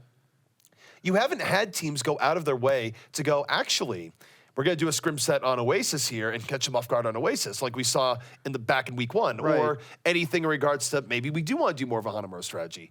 Teams have been somewhat uninventive with where they are bringing other teams on maps, and it's a little disappointing. I understand why in terms of scrim blocks, but there is an edge to be had if you bring a team to a map that they're not particularly comfortable on. I've always thought about it in going way back to closed beta when we started introducing new map types that if you're a team that necessarily, or not necessarily is the highest level, you're not ranked #1 in the world, the way to beat those teams that are above you on those levels is to get very good at assault or get very good at specific controls. Then that's your specialty and you can win those. If you're going to be losing maps, then you can choose the next map you're going into. That's the system most tournaments are running. So I agree with you. I'm a little upset we haven't seen as much Oasis. I think that's a great map that a lot of teams could do well on. Nepal has been the default safe picks, especially for teams who struggle overall on control maps. Well, we also had Ilios in the pool as well. It's not just the tiebreaker. Teams can pick it, and I'm trying to think if we've even seen Ilios in the normal map rotation, not just as a tiebreaker. Teams have very steadfastly been sticking to Nepal, but either way, this matchup going to be on the way. We were getting teased by Orisa, not happening here as Spree taking to the air in this fair composition for LG Loyal, looking for early pickoffs, but the counter dive from Team Liquid, taking down Hedan immediately, getting rid of that source of support, and giving lots of room for Shadow here, the work in the back. Not a whole lot of support for Hedan in this composition. As you saw, he just got jumped on immediately by Mez. That is support and damage down once you take out the Zenyatta, and that will be first point going over to Liquid because of that. Spree has been so hot or cold on his Pharah. The time to kill way too long, not getting enough damage there, not coordinating with the dive, and meanwhile, it leaves your backline extremely exposed. If it happens again to Hedan, I would not be surprised to see changes come into this composition. Not in the least, and for Team Liquid right now, they do get to hold this defensive position here on Village, but Loyal diving right in immediately, powered by Pluk. Spree finding AZK with that rocket. 2 kills here from LG Loyal. Shatter, though, keeping it balanced. Has 2, coming back the other way, and Spree's not very healthy right now as he's in this. It's going to limit his ability to go back in. Doesn't have heals in the back, and yet picks up another 2 kills with no health remaining. Pretty gutsy play by Spree to help solidify that for LG Loyal. Did Spree find AZK with that rocket, or did AZK catch that rocket with his face? He caught it with his teeth, actually. It was impressive. It's an impressive circus trick if you can pull it off, the old bullet catch in the teeth. However, that is LG Loyal bringing it back off of the Discord from Hedan, helping Spree finish those kills much quicker on the point as he had to poke around at that low health pool. Winston's will dive in from both sides. The Discord Orb takes down ID immediately. That's the power of Genji, aided by Discord Orb. The burst damage very high here. Bezar, though, still finding 2 kills in the back. He's made Hedan his primary target here. That's going to cut off Ube's support. Zube trying to bring this back. Almost was able to get it on him, but now has to deal with the Blade Shatter, taking his head right off in the ninja on ninja battle. As Team Liquid now able to retake control of this point. Pretty back and forth. As back and forth as it can be. 1, 2, and then back again. So, you know, identifying the pattern here, it should be LG Loyal that wins this next fight. That's how Overwatch works, right? Sometimes. Only by pure coincidence. Well, they will have most of their ultimates up by the next time they push. They're going to be loaded for Bear. Ube starts off taking over Alpha, and 2 more. It's 3 dash resets for days, slicing through Mezar just for good measure. And you can't get a better Genji initiation than what Ube just had there. Utterly decisive coming in for LG Loyal. So for now, at least the theory of swapping back and forth is holding on. But take a look at Team Liquid. They're going to have a tactical visor up for the next fight. And we'll see if ID can put himself in a good position to use it. What's great for Loyal there, too, is they won a team fight with 1 ultimate. That was just Dragon Blade. That is the power of Genji, able to get those multiple kills in a single ultimate, and that's all they had to use. So they're still banking on some of their own. Ube takes down Shatter immediately. Shatter just got crunched. There's no other way of putting it. Spree with the barrage, eliminates ID before ID can even say he has anything in his sights. Nothing he had going in his sights were rockets coming to his face. Not exactly what you want to see when you put on. It's like when you peek below the surface of the ocean and you see a shark somewhere in the distance. Terrifying. At least that's what I always think I'm going to see, which is why I don't go in the ocean. Well, for a guy that really likes aquariums, Hex, you have a disturbing fear of sharks. I have a great love, fear, and reverence of the ocean. I like my ocean safely behind glass. Well, Team Liquid right now coming in. Sound barrier on the way. ID gonna be popping the tactical visor. Looking for Spear at the top. Immediately guns him down. One quick kill here for Team Liquid, but Loyal still the ability to pull this back. They're going to use the Transcendence to buy out time here on the point as Flippy looks for the pulse bomb. Moving in and around as a Tracer can. Gets that support pickoff, and Heat off the Transcendence is very well bought. LG Loyal, the power to pull this back. Still, though, very even as AZK and Mezar are moving in and around. Genji versus Genji battle here in the back. Ube not with a whole lot of health left to make this happen, but finds Rafa towards the end, so about as close as you can get here. Both Genjis holding on to Dragon Blade as Shatter goes down to that last Shuriken. And he had to get off of the point too, which means that LG Loyal did bring it back. Now they're going to have to come in at a scattered offense just to try to get back on this point. They're not going to give this up for free, are they? No, they do get on the point. That is a Winston stalling out. ID will take down Spree. That's the first kill they need to bring it back. Gets 2. ID will be taken down after getting 2, but Mezar right there at the follow through. Liquid striking right back. Look at those still on here looking for heroics. We've seen Tracers pull this back. Pulse bomb comes out. Gonna force out the blink. AZK and the rest of Liquid much more dominating on the point as they take down 2. And this is gonna come down to the wire. About as even as a control point map gets. Next fight, gonna decide it all. Next fight, and it's going to be some vanilla Overwatch here too, as no one is even near ultimates on either side. Flippy, he's going to have a pulse bomb somewhere in the fight. That could be the tide turner, as it were. They do need to come in here. There will be one more fight. They don't have to get very aggressive on this point. They will pressure onto the side. Mezar diving in, picks up Reels immediately. Pulse bomb from Flippy does not connect as AZK just popping to the back. Spree grounded by that Tracer play. 3-1 in favor of Team Liquid in the driver's seat here. Fluke and Headan gonna try and bring this out, but they're very outnumbered here. But ID's really low. Super Fluke picks up another. Liquid has not secured this here yet. Respawn's gonna be coming in here soon for LG Loyal. And suddenly, it's Fluke holding on for dear life. Does get the support coming in Reels, and LG Loyal could very well pull this back. Well, it's going to be difficult 2-on-1 now as Reels is dancing for his life. The reinforcements are coming in. The DPS for Loyal are coming backing in. Spree takes down Rafa. Reels does finally go down, but not after he stalled at the point. This is going on for a very long time.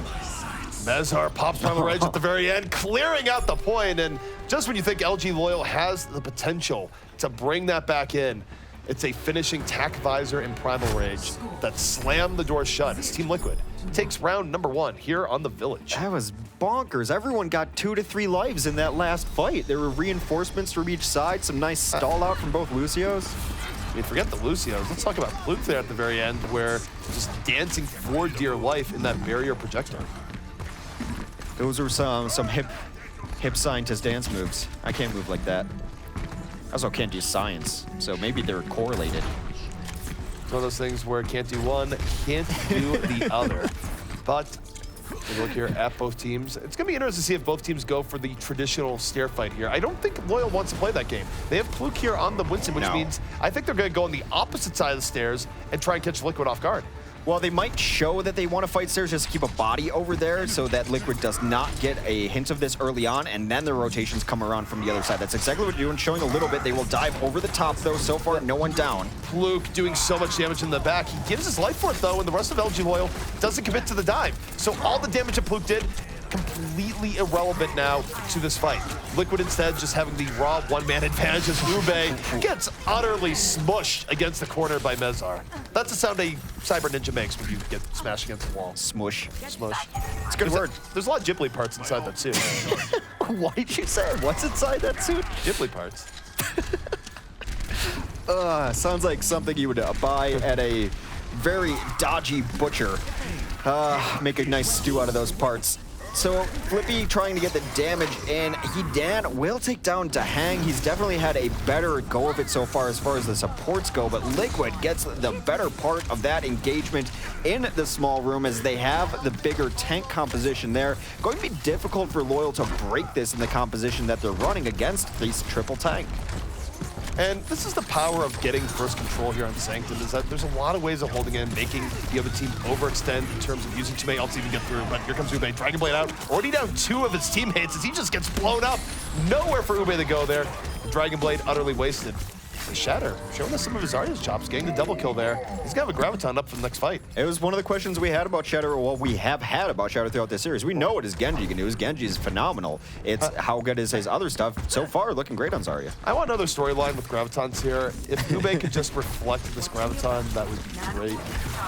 I'm ready to see Gravitons land today. I've seen enough of yesterday. Spree will hit Mez early on with the Pulse Bomb. Of course, Rhines are Pulse Bomb Magnets. Transcend will come in late, but not enough to keep everyone alive. Shatter will come in, grab a couple. Still not able to flip this back over is LG Loyal. Tactical Visor comes in for good measure. Liquid dominating this map. One fight away from taking the map advantage 2-0.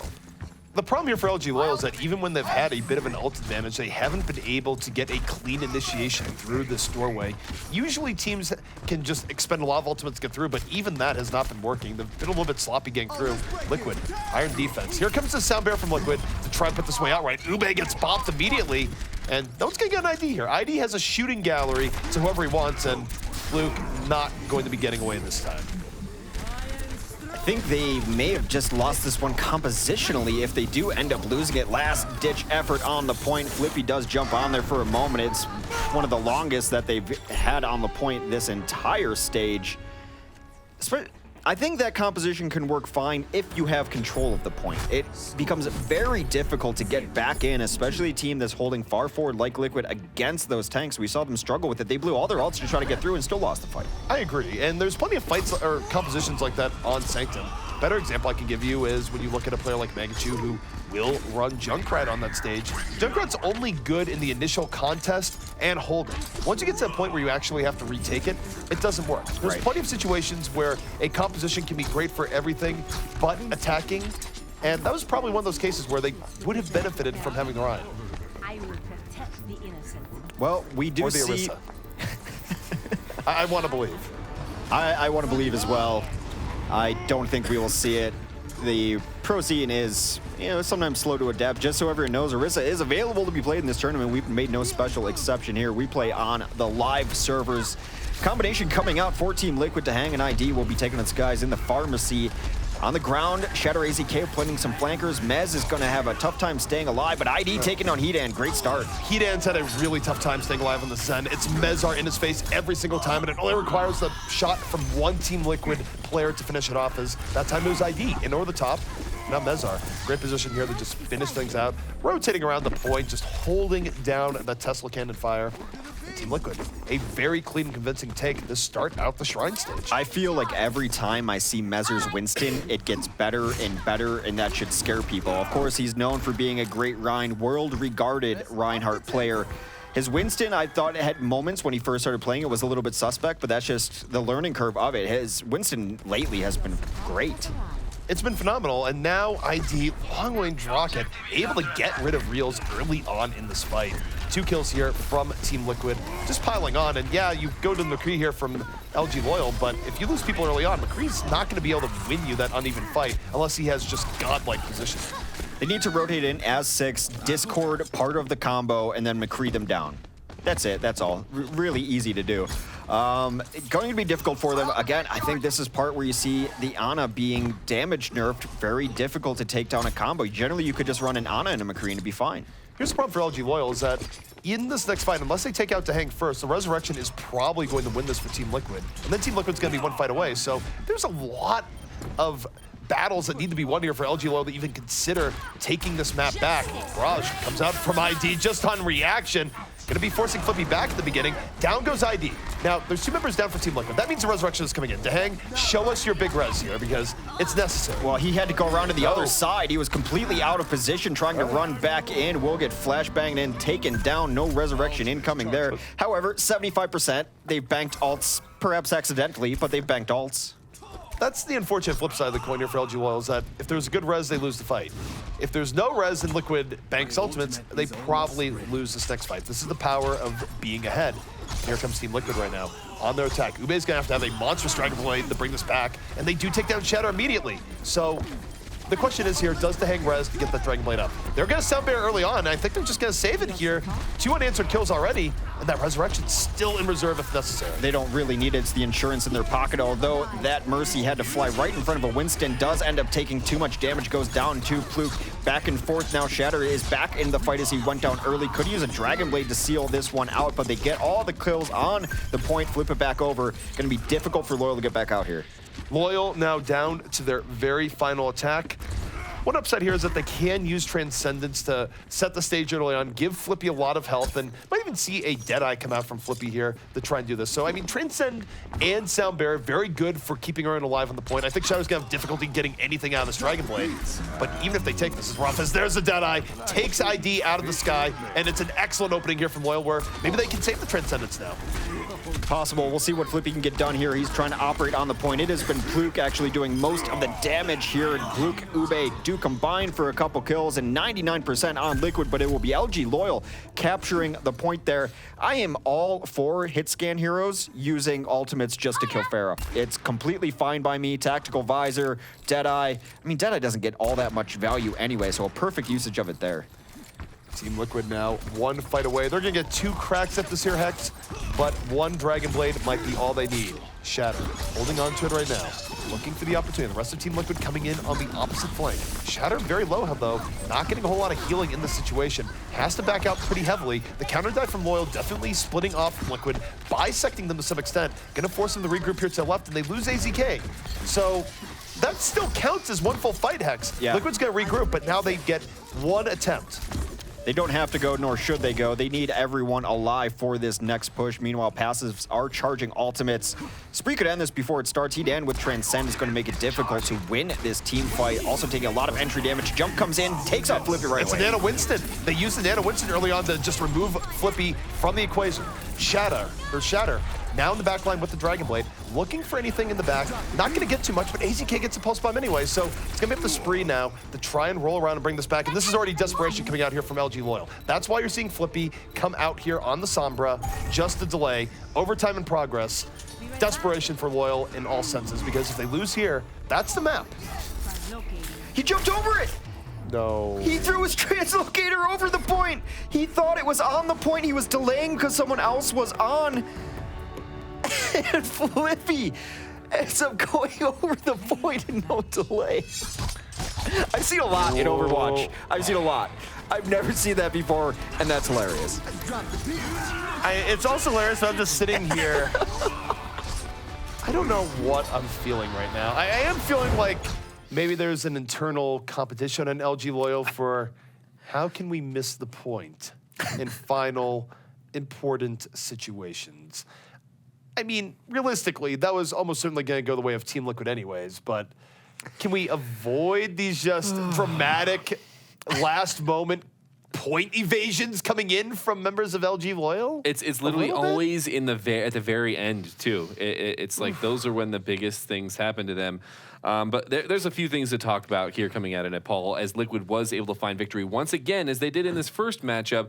This time a little bit more decisively. It actually went to, I think, 5 control points last time.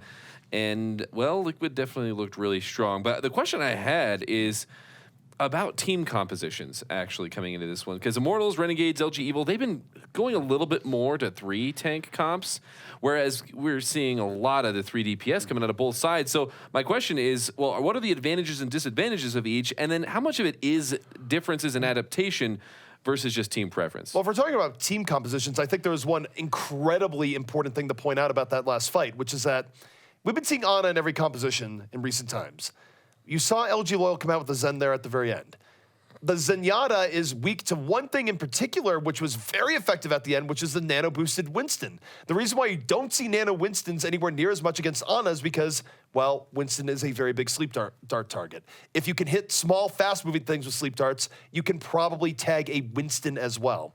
So the fact that you don't have a sleep dart as an option to shut down Mezar, that means that that was about as auto kill as you get there, where you throw the nano boost on the Mezar, he leaps on the Flippy. What do you do as Flippy? There is nothing they could have done in that final fight to actually protect Flippy there. And that's a matchup thing where if you don't have the sleep dart, you suddenly change who is good the nano boost from the other team. Primal Rage with Nano Boost on it. That is a giant health pool in the damage and vulnerability. They even hit a pulse bomb onto Winston after that kill, and he still didn't go down. And then the Transcendence kept him alive. So that giant health pool. You're absolutely right. There's nothing you can do. It is the hard counter to that. And they knew it. They utilized it, and they were able to find victory. Now, on to his credit, Flippy did a pretty all right job as McCree. He had a few impactful plays. He was getting some good headshots. it just wasn't in the cards for them, it seems like, with that one. But the other thing I want to talk about is this interesting dive composition they brought to the stairs fight on Sanctum. Because, I mean, we know how that stairs fight usually goes. You've essentially got two death balls that are just like smashing into each other and pushing back and forth.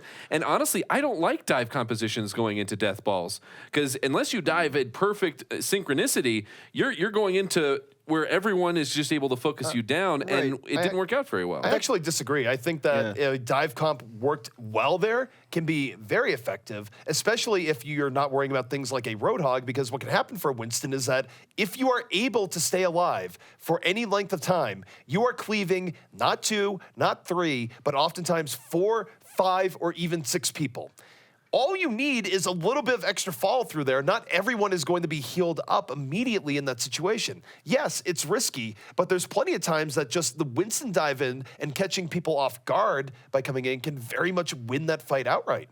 I completely agree, and it is the synchronicity of it that is the problem, because if you look at the geography of that point, there's nowhere to retreat on stairs once you get dived into. That is a very small corner, and as you mentioned, all the cleave coming through. What happened was their flankers were late on the flank. They had sent their tracer to the left side, and this has been a problem with some of the dive compositions in. The Winston went in maybe too early, or the tracer was too late. Regardless, they didn't hit at the same time. So the tracer saw what was happening, then got out and was unable to finish the kills that Winston set her up for. Look, part of why we are starting up the Winston adoption program, where we have our giveaway and you can get a mini baby Winston, is that in competitive play, we are seeing a lot of Winstons being abandoned and not supported by their team. And unfortunately, someone needs to give these Winstons the support they need and give them loving homes. So that's part of why we are doing that. But in that case, Pluke definitely could have used some form of support, because you're right. He went in and the flanking support just wasn't there immediately. So instead of something big happening off of the cleave, he just unfortunately died. And that's why if you do get a Winston, please be a responsible Winston owner. For only one tweet a day, you can make a difference in these Winston's lives. And you can tweet more than once. You know, there's a lot of plays going on, but maybe just, calm down a little bit if you're trying to get every single play as being the play for the game. But no, other than that, I mean, in that case, I'm really excited to see a dive comp actually be able to find that synchronicity to tackle such a composition as that death ball there, getting in behind the Reinhardt. And we'll see if we'll see any of that here on Dorado, as that is our next map coming in. This one selected, of course, by the loser of that last map. And so we're going to see, I guess, why do you think LG Loyal is bringing us onto Dorado? And I mean, have we seen them playing Dorado throughout this event much? Their offense in Dorado has been great. And for whatever reason, the geography lends itself really well to their dive composition. Again, this was one of their standout moments when it was very early, I think week 1, where it was one of the most synchronized dives I've ever seen. Only outdone by their dive yesterday, actually. So their offense on this map has been good. For whatever reason, their synchronization works out better in the courtyard. Past tense has been good, because what we saw against Immortals was anything but, where it's a tale of two teams sometimes, where we've seen LG Loyal come out with very good dive offenses powered by Spree, and then yesterday they were not on the same page at all. Spree is falling off cliffs for no discernible reason. And I mean, it's just weird, because LG Loyal, when they're doing well, they're phenomenal. They're great on the beginning of Dorado, and then whatever they were doing yesterday was very much the opposite of what we know they can do. So it's been a tale of two teams, and there's no other way of saying it. Now, we are getting teased again here. Pluke showing us the Orisa, and I mean, for LG Loyal, if you're down 2 maps to 1, this would be really cool to run, and a tank player would be the one to run it, but I'm not getting my hopes up. My heart has been broken too many times, and we're only in the first set, Hex. Orisa, a robot with a purpose beyond just passing butter. Good to see robots getting diversified jobs. We'll see if we ever see Orisa. I just don't think we're going to see it tonight. Definitely not this set, because neither team has shown us any inclination towards it so far. I mean, how do you think Orisa really felt, though, when she finds out she's rebuilt by a 12-year-old girl and she tells you, you're built from robots that got their butt kicked by Doomfist. Good luck. I mean, at that point, is she just wondering the entire Mercy dilemma of, why have I been brought back into this world? I'm just saying. The memories of the defeated, are they imbued within her being? It's a good question. This and other philosophical thoughts on the after show with me and ZP, which we don't record or actually do. So no way to tune into that one. It's usually in the van on the way home, sometimes over Chick-fil-A sauce. No finer food on the planet, in my opinion. Been a highlight of Denver here, my first time at Chick-fil-A. Did not disappoint. We are not in any way endorsed by them, by the way, not yet. Well, defense is going to be holding very aggressively. There is a hidden super fluke around the corner. There is a hidden tracer up top. They're waiting to find the target they want to leap in on. They do find a Lucio in the back line. Spree, however, has gone down. Shatter 2 kills. Shatter with this dive attack from Team Liquid, striking blood very early on. Mezar right there in the Heat Hand, and we've been seeing this over and over again where Mezar just relentlessly pursuing Heat Hand, and he's found it difficult to stay alive versus Mezar.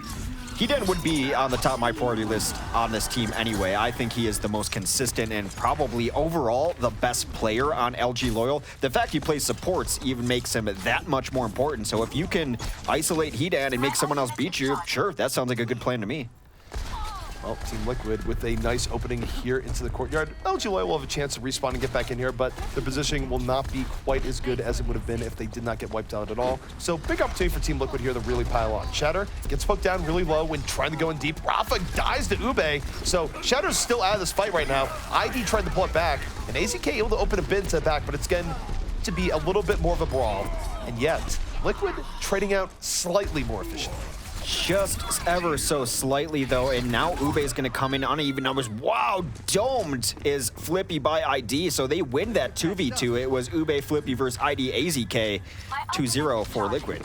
ID able to stay alive here, and actually, if this fight goes bad, the Hangos has a resurrection up, so Liquid almost certainly should be able to take this. The question is, how many resources will they have to burn? Heaton takes a rocket right where he floats, so to speak. 3 kills here from Team Liquid, and this should be a pretty quick take. Ube throwing good money after bad here. There's no way he's gonna be able to turn this back. Picks up 1, but just dies to Mezar. That was a complete waste of a Dragon Blade. Some odd things coming out from Loyal there. A positional mistake from Heaton, all alone in a hallway, no retreat, no teammates around, goes down for absolutely free. They are going to double down on trying to deal with this pharmacy combo that they haven't had an answer for. I remember like 9 months ago, this was the combo that won them Dorado all alone, and they're looking to do it again. Well, ID's had a great game here so far. Looking for the Lucio pick, looking for a little bit more. Takes down Flippy with 2 well-placed rockets. ID having a heck of a fair game here. Does get gunned down by Spree, but again, Liquid's been training this up pretty well. Now, we do have a fight back here on the payload where Ube is trying to pull it back, and they will do just that. Both teams are split, and both sides of LG Loyal is able to win, so this actually goes against Team Liquid rather decisively. Yeah, Liquid's still alive, but they were so far forward. They got 0 push out of the fight that they had won. A little bit of a mistake not playing the objective as much as they could have. That card should have been much further given the time that they had to push it. Now they're going to be prioritizing the objective because they have to. It's in their way before they fight. Flippy's going to get jumped on by Mez. Tries to get the damage in, but Mez just pops the Primal Rage instead. Shadow with the Dragon Blade, getting in here on the Flippy on McCree. Looking for those shots, and no, going to fall down. See that a lot for Genjis, where they just try and get deep into McCree's face once Flashbang is out of the fight. Just anything to make it more difficult to get bopped with a headshot hit. So Liquid not necessarily cleaning this out super efficiently, but they are trading out a little bit better and should be able to get a decent amount of payload push here in just a moment.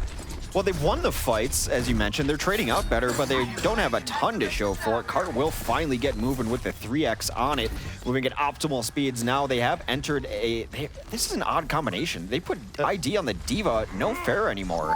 Dahang needs to go down here, and Ube takes him down and pulls out the Dragon Blade. Best of both worlds. Ube in a great position to get some cleanup. Gonna get stymied a bit by the Sound Bearer, though. Ruins the rest of his Dragon Blade, and again has Mezar right in his face, going to be forcing him back, but while Mezar is focusing on Ube, Heaton, with the rest of his team, able to get onto the payload and push Team Liquid back. So, nice opening there from Ube. Not only does he take away the resurrection threat, he's actually forced to hang off Mercy, period. My ultimate is charged. Well, that's a nice fight there. Ube on his Genji has had moments of brilliance. They had to use a lot in that fight to stop Liquid, but they have stopped them thus far. 2 minutes left here on the points, and Spree has got a Tracer cornered, forces out the rewind. I think the bigger thing here is that Heaton's going to get dove on here by Mezar, and it's just going to result in a Transcendence. So this next fight, I think, actually going to be pretty difficult for Team Liquid to win. Pulse Bomb by AZK, though, changes the equation entirely. Picks up 2 before the Transcendence even hits.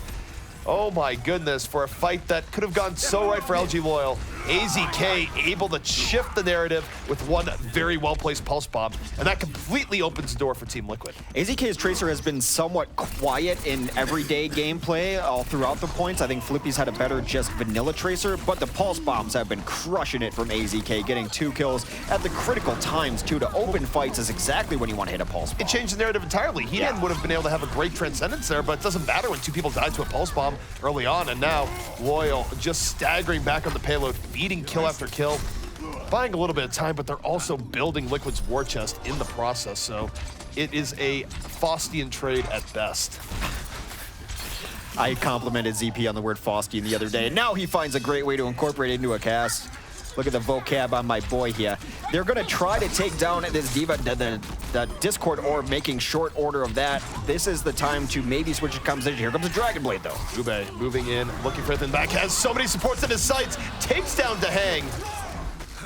It was from out there. Oh, well, yeah. He does get kind of crunched in the back, but that's more of a moral victory for Mezar than anything else. Ube did his damage. He can accept his fate dying to a rampaging scientist with no way out. Well, here's the one issue I have with that, though, is they did use a sound barrier late into that fight, too, so not going to be up for the next fight. Flippy makes sure that Mezar is not ready for the next engagement either, as we have gone over the 2-minute threshold here.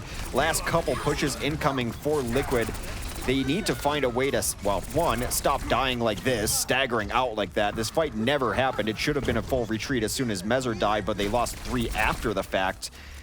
They have support ultimates to be able to initiate with. I'm not sure what they want to combo with the Nano here, as we haven't seen Shadow get too many Dragon Blade Nanos, but that would be the best option in my opinion, unless you give it to D.Va. I'd like to see a Junk Rush here, and they do bait out the Transcendence pretty early on here. Spree coming in aggressively, gonna pick up 2.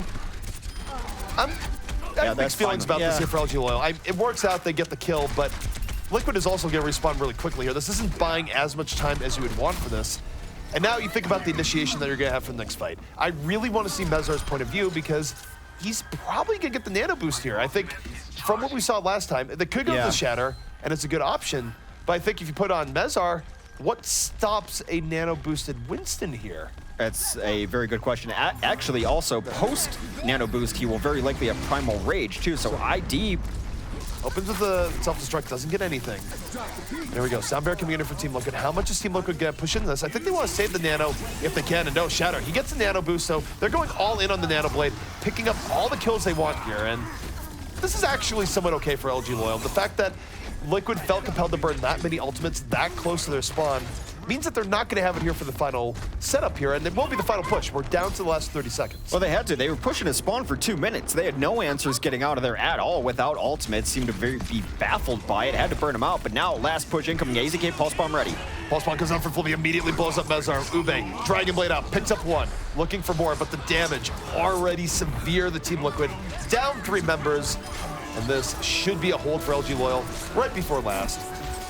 Definitely something that they can come back and surpass on an attack of their own. This series, now with the potential of going to 5.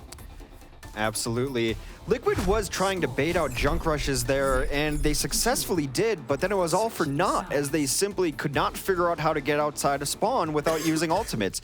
To use your self-destruct from your own spawn on Gibraltar last, I don't think I've seen that before. They were fully confused by the aggressive nature of LG Loyal towards last there.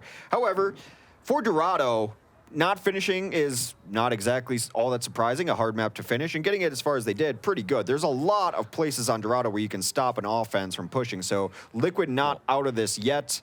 Of course, win condition, very simple for LG Loyal. Get it further than the yellow box on the ground in Gibraltar last. Well, I mean, you go back to recent history, and LG Loyal was not even able to get through the very first point, so it's weird because, again, we have plenty of game tape where LG Loyal has easily gone through first. Yeah. The question is, what are we going to be seeing here, and how is Team Liquid going to deal with it? It is worth noting, though, that Spree will have less pressure on him than before. That Ana nerf is a lot more significant in regards to Pharah's living than you might think from the outside.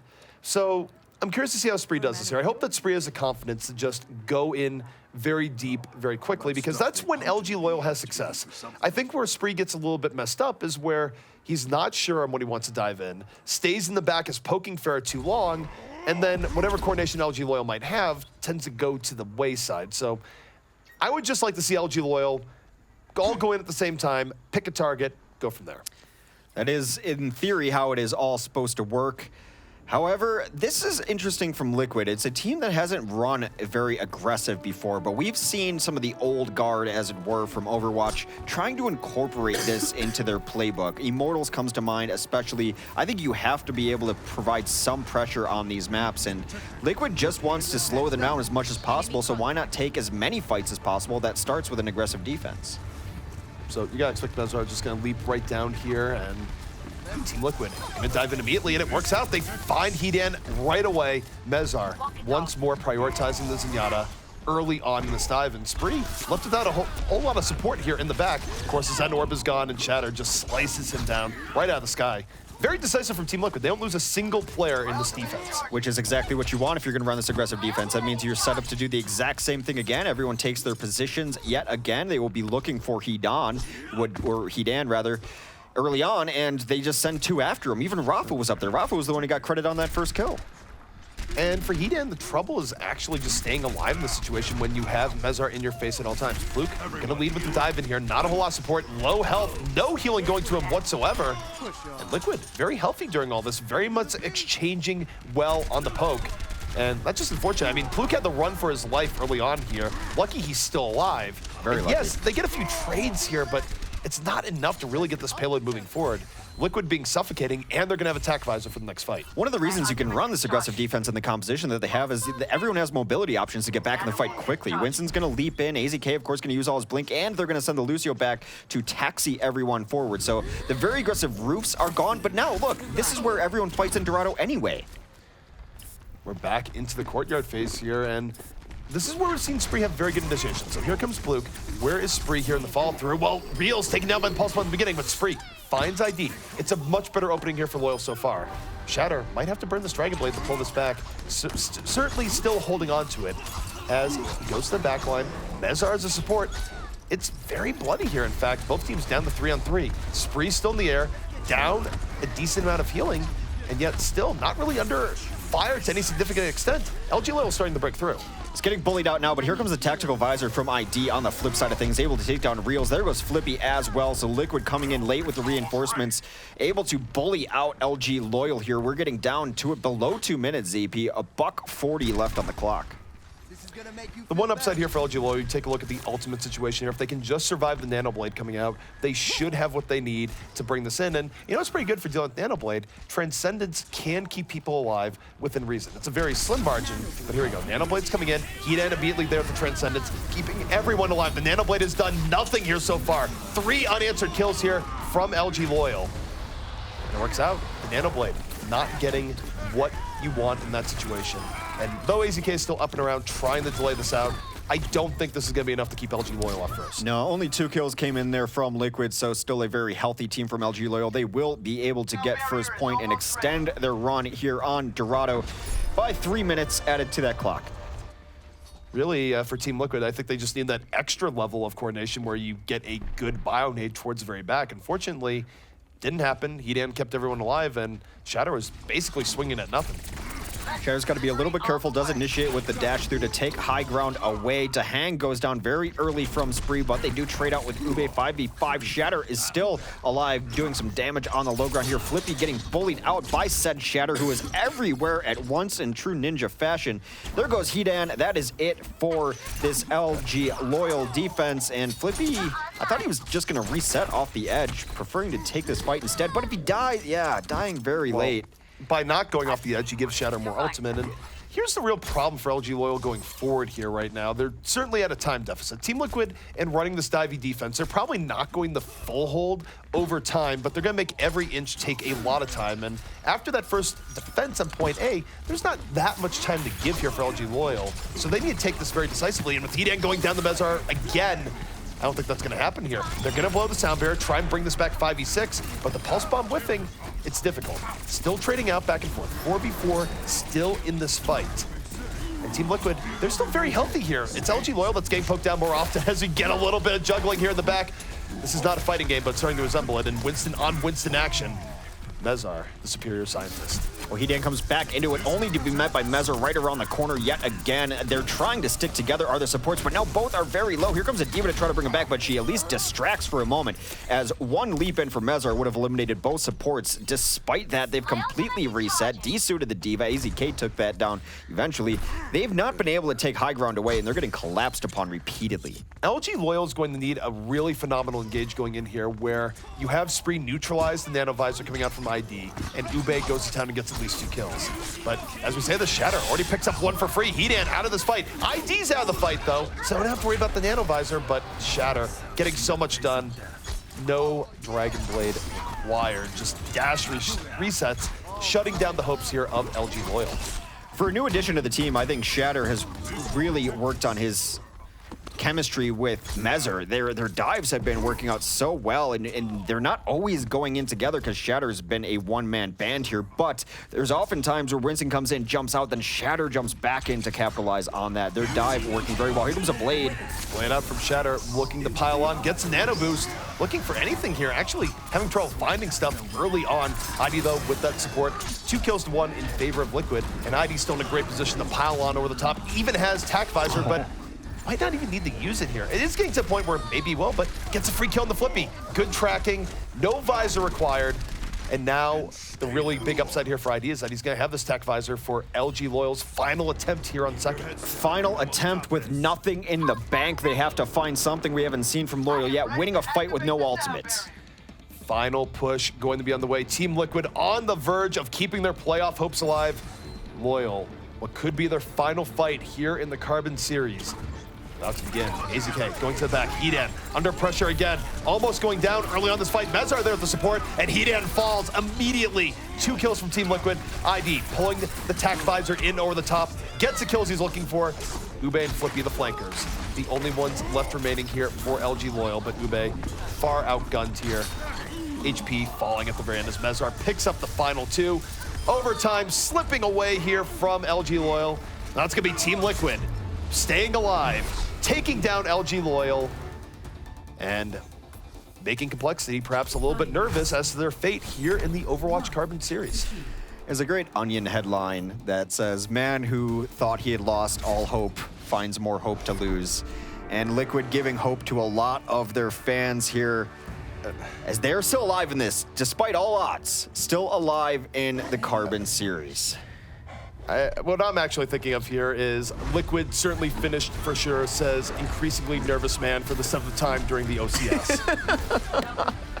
Yeah, they both work, but Liquid needs a lot to go their way. They're doing their part, though. They're winning the series that they have to win, and despite a lackluster showing in the several weeks, yeah, they've put together 3 match wins here, and it might be enough to steal the 4th seed. Yeah, they need to get at least one more, though, and that is going to be coming next, or tomorrow, rather. Yeah, it's just LG Evil, though. Just LG Evil. No big deal. Don't worry about that one, Team Liquid, as you have given us just a little bit of hope, and that's the exact amount of hope that I get every time I watch you play. One thing we did get to watch quite a bit more is everyone's favorite peanut butter loving scientist of Winston. How are we feeling about not seeing quite as much Reinhardt? Are we feeling good about that? I mean, it's in vogue right now to not run as much Reinhardt. Clearly, Rogue has been setting more of a standard in that regard, where you don't see Noxum Reinhardt, you see him on Winston, Rain, Sleet, or Shine. I would say the biggest thing here is that you weren't seeing the Ana come out here from LG Loyal. Hedan was very much clutching on the Zenyatta, and while he was clutching onto that Zenyatta, he was running from a rampaging scientist the entirety of the set. And you take a look at those fights, it felt like at least 30 to 40% of the time, Mezzer was able to take down Hedan very early. They weren't doing a good job of blowing up Mezzer when he came in. And honestly, at that point, I just wonder in theoretical compositions, when do you consider running something like a Reaper to just take down Mezzer immediately as he comes in, or at least a Roadhog, something that can blow him up for that aggression, because Hedan was not getting the support he needed there at all.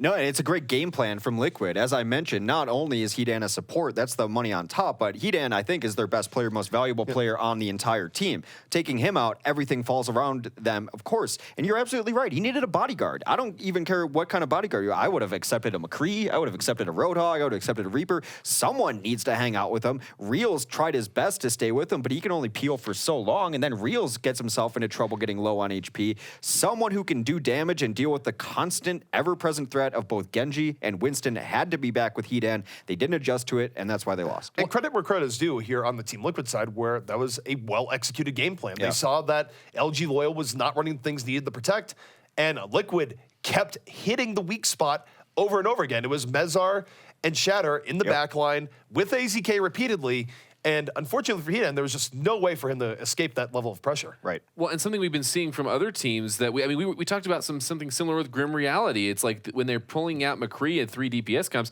he has no support for himself as everyone else is off doing their own thing. And then we see teams like LG Evil bringing out the 3 tanks with a little bit more. And now we're like, okay, yeah, you do have a Roadhog, you have a Zarya to help keep those key players alive. And yet from these teams, we were seeing a lot more just I want to say haphazard damage, and in those type of scrappy fights, Team Liquid were looking very strong. And so my big question is, how is Team Liquid gonna react, and how are they gonna play against a team that's feeling much more comfortable playing the likes of Roadhog? Just definitely a different play style, and just to see how these teams also play with this new patch and some of the changes that we've seen. And we're going to see a little bit of action coming up here as Team Liquid is still alive in it. They were able to pick up victory 3-1 against LG Loyal, but now they're going to have to sit back and watch as their fate is in the hands of their opponents. Complexity, they would have to lose the rest of their matches for Team Liquid to have a chance at this one. And so we're going to be watching that next as Complexity is going to be facing off against Renegades. We're going to go to a short break, and stay tuned at the beginning of this break because we're going to be showing you your play of the day. Don't go anywhere. Dragon Blade, very effective, and yet Team Liquid looking like they're going to force the issue. Here comes Nano Blade on the Shatter, picks up 2 immediately with 1 swipe. Devastating stuff from Shatter as he picks up 3. Looking like they're going to force the issue. Here comes Nano Blade on the Shatter, picks up 2 immediately with 1 swipe. Devastating stuff from Shatter as he picks up 3. The Team Liquid is in a great position here early on, looking for Ana, and Lucian picks up both. It's a double kill on the both supports as ID. Now used for LG Loyal. They are all in on this fight. Dragon Blade expended. 4 kills to 1 for LG Loyal. It's also hilarious, not just sitting here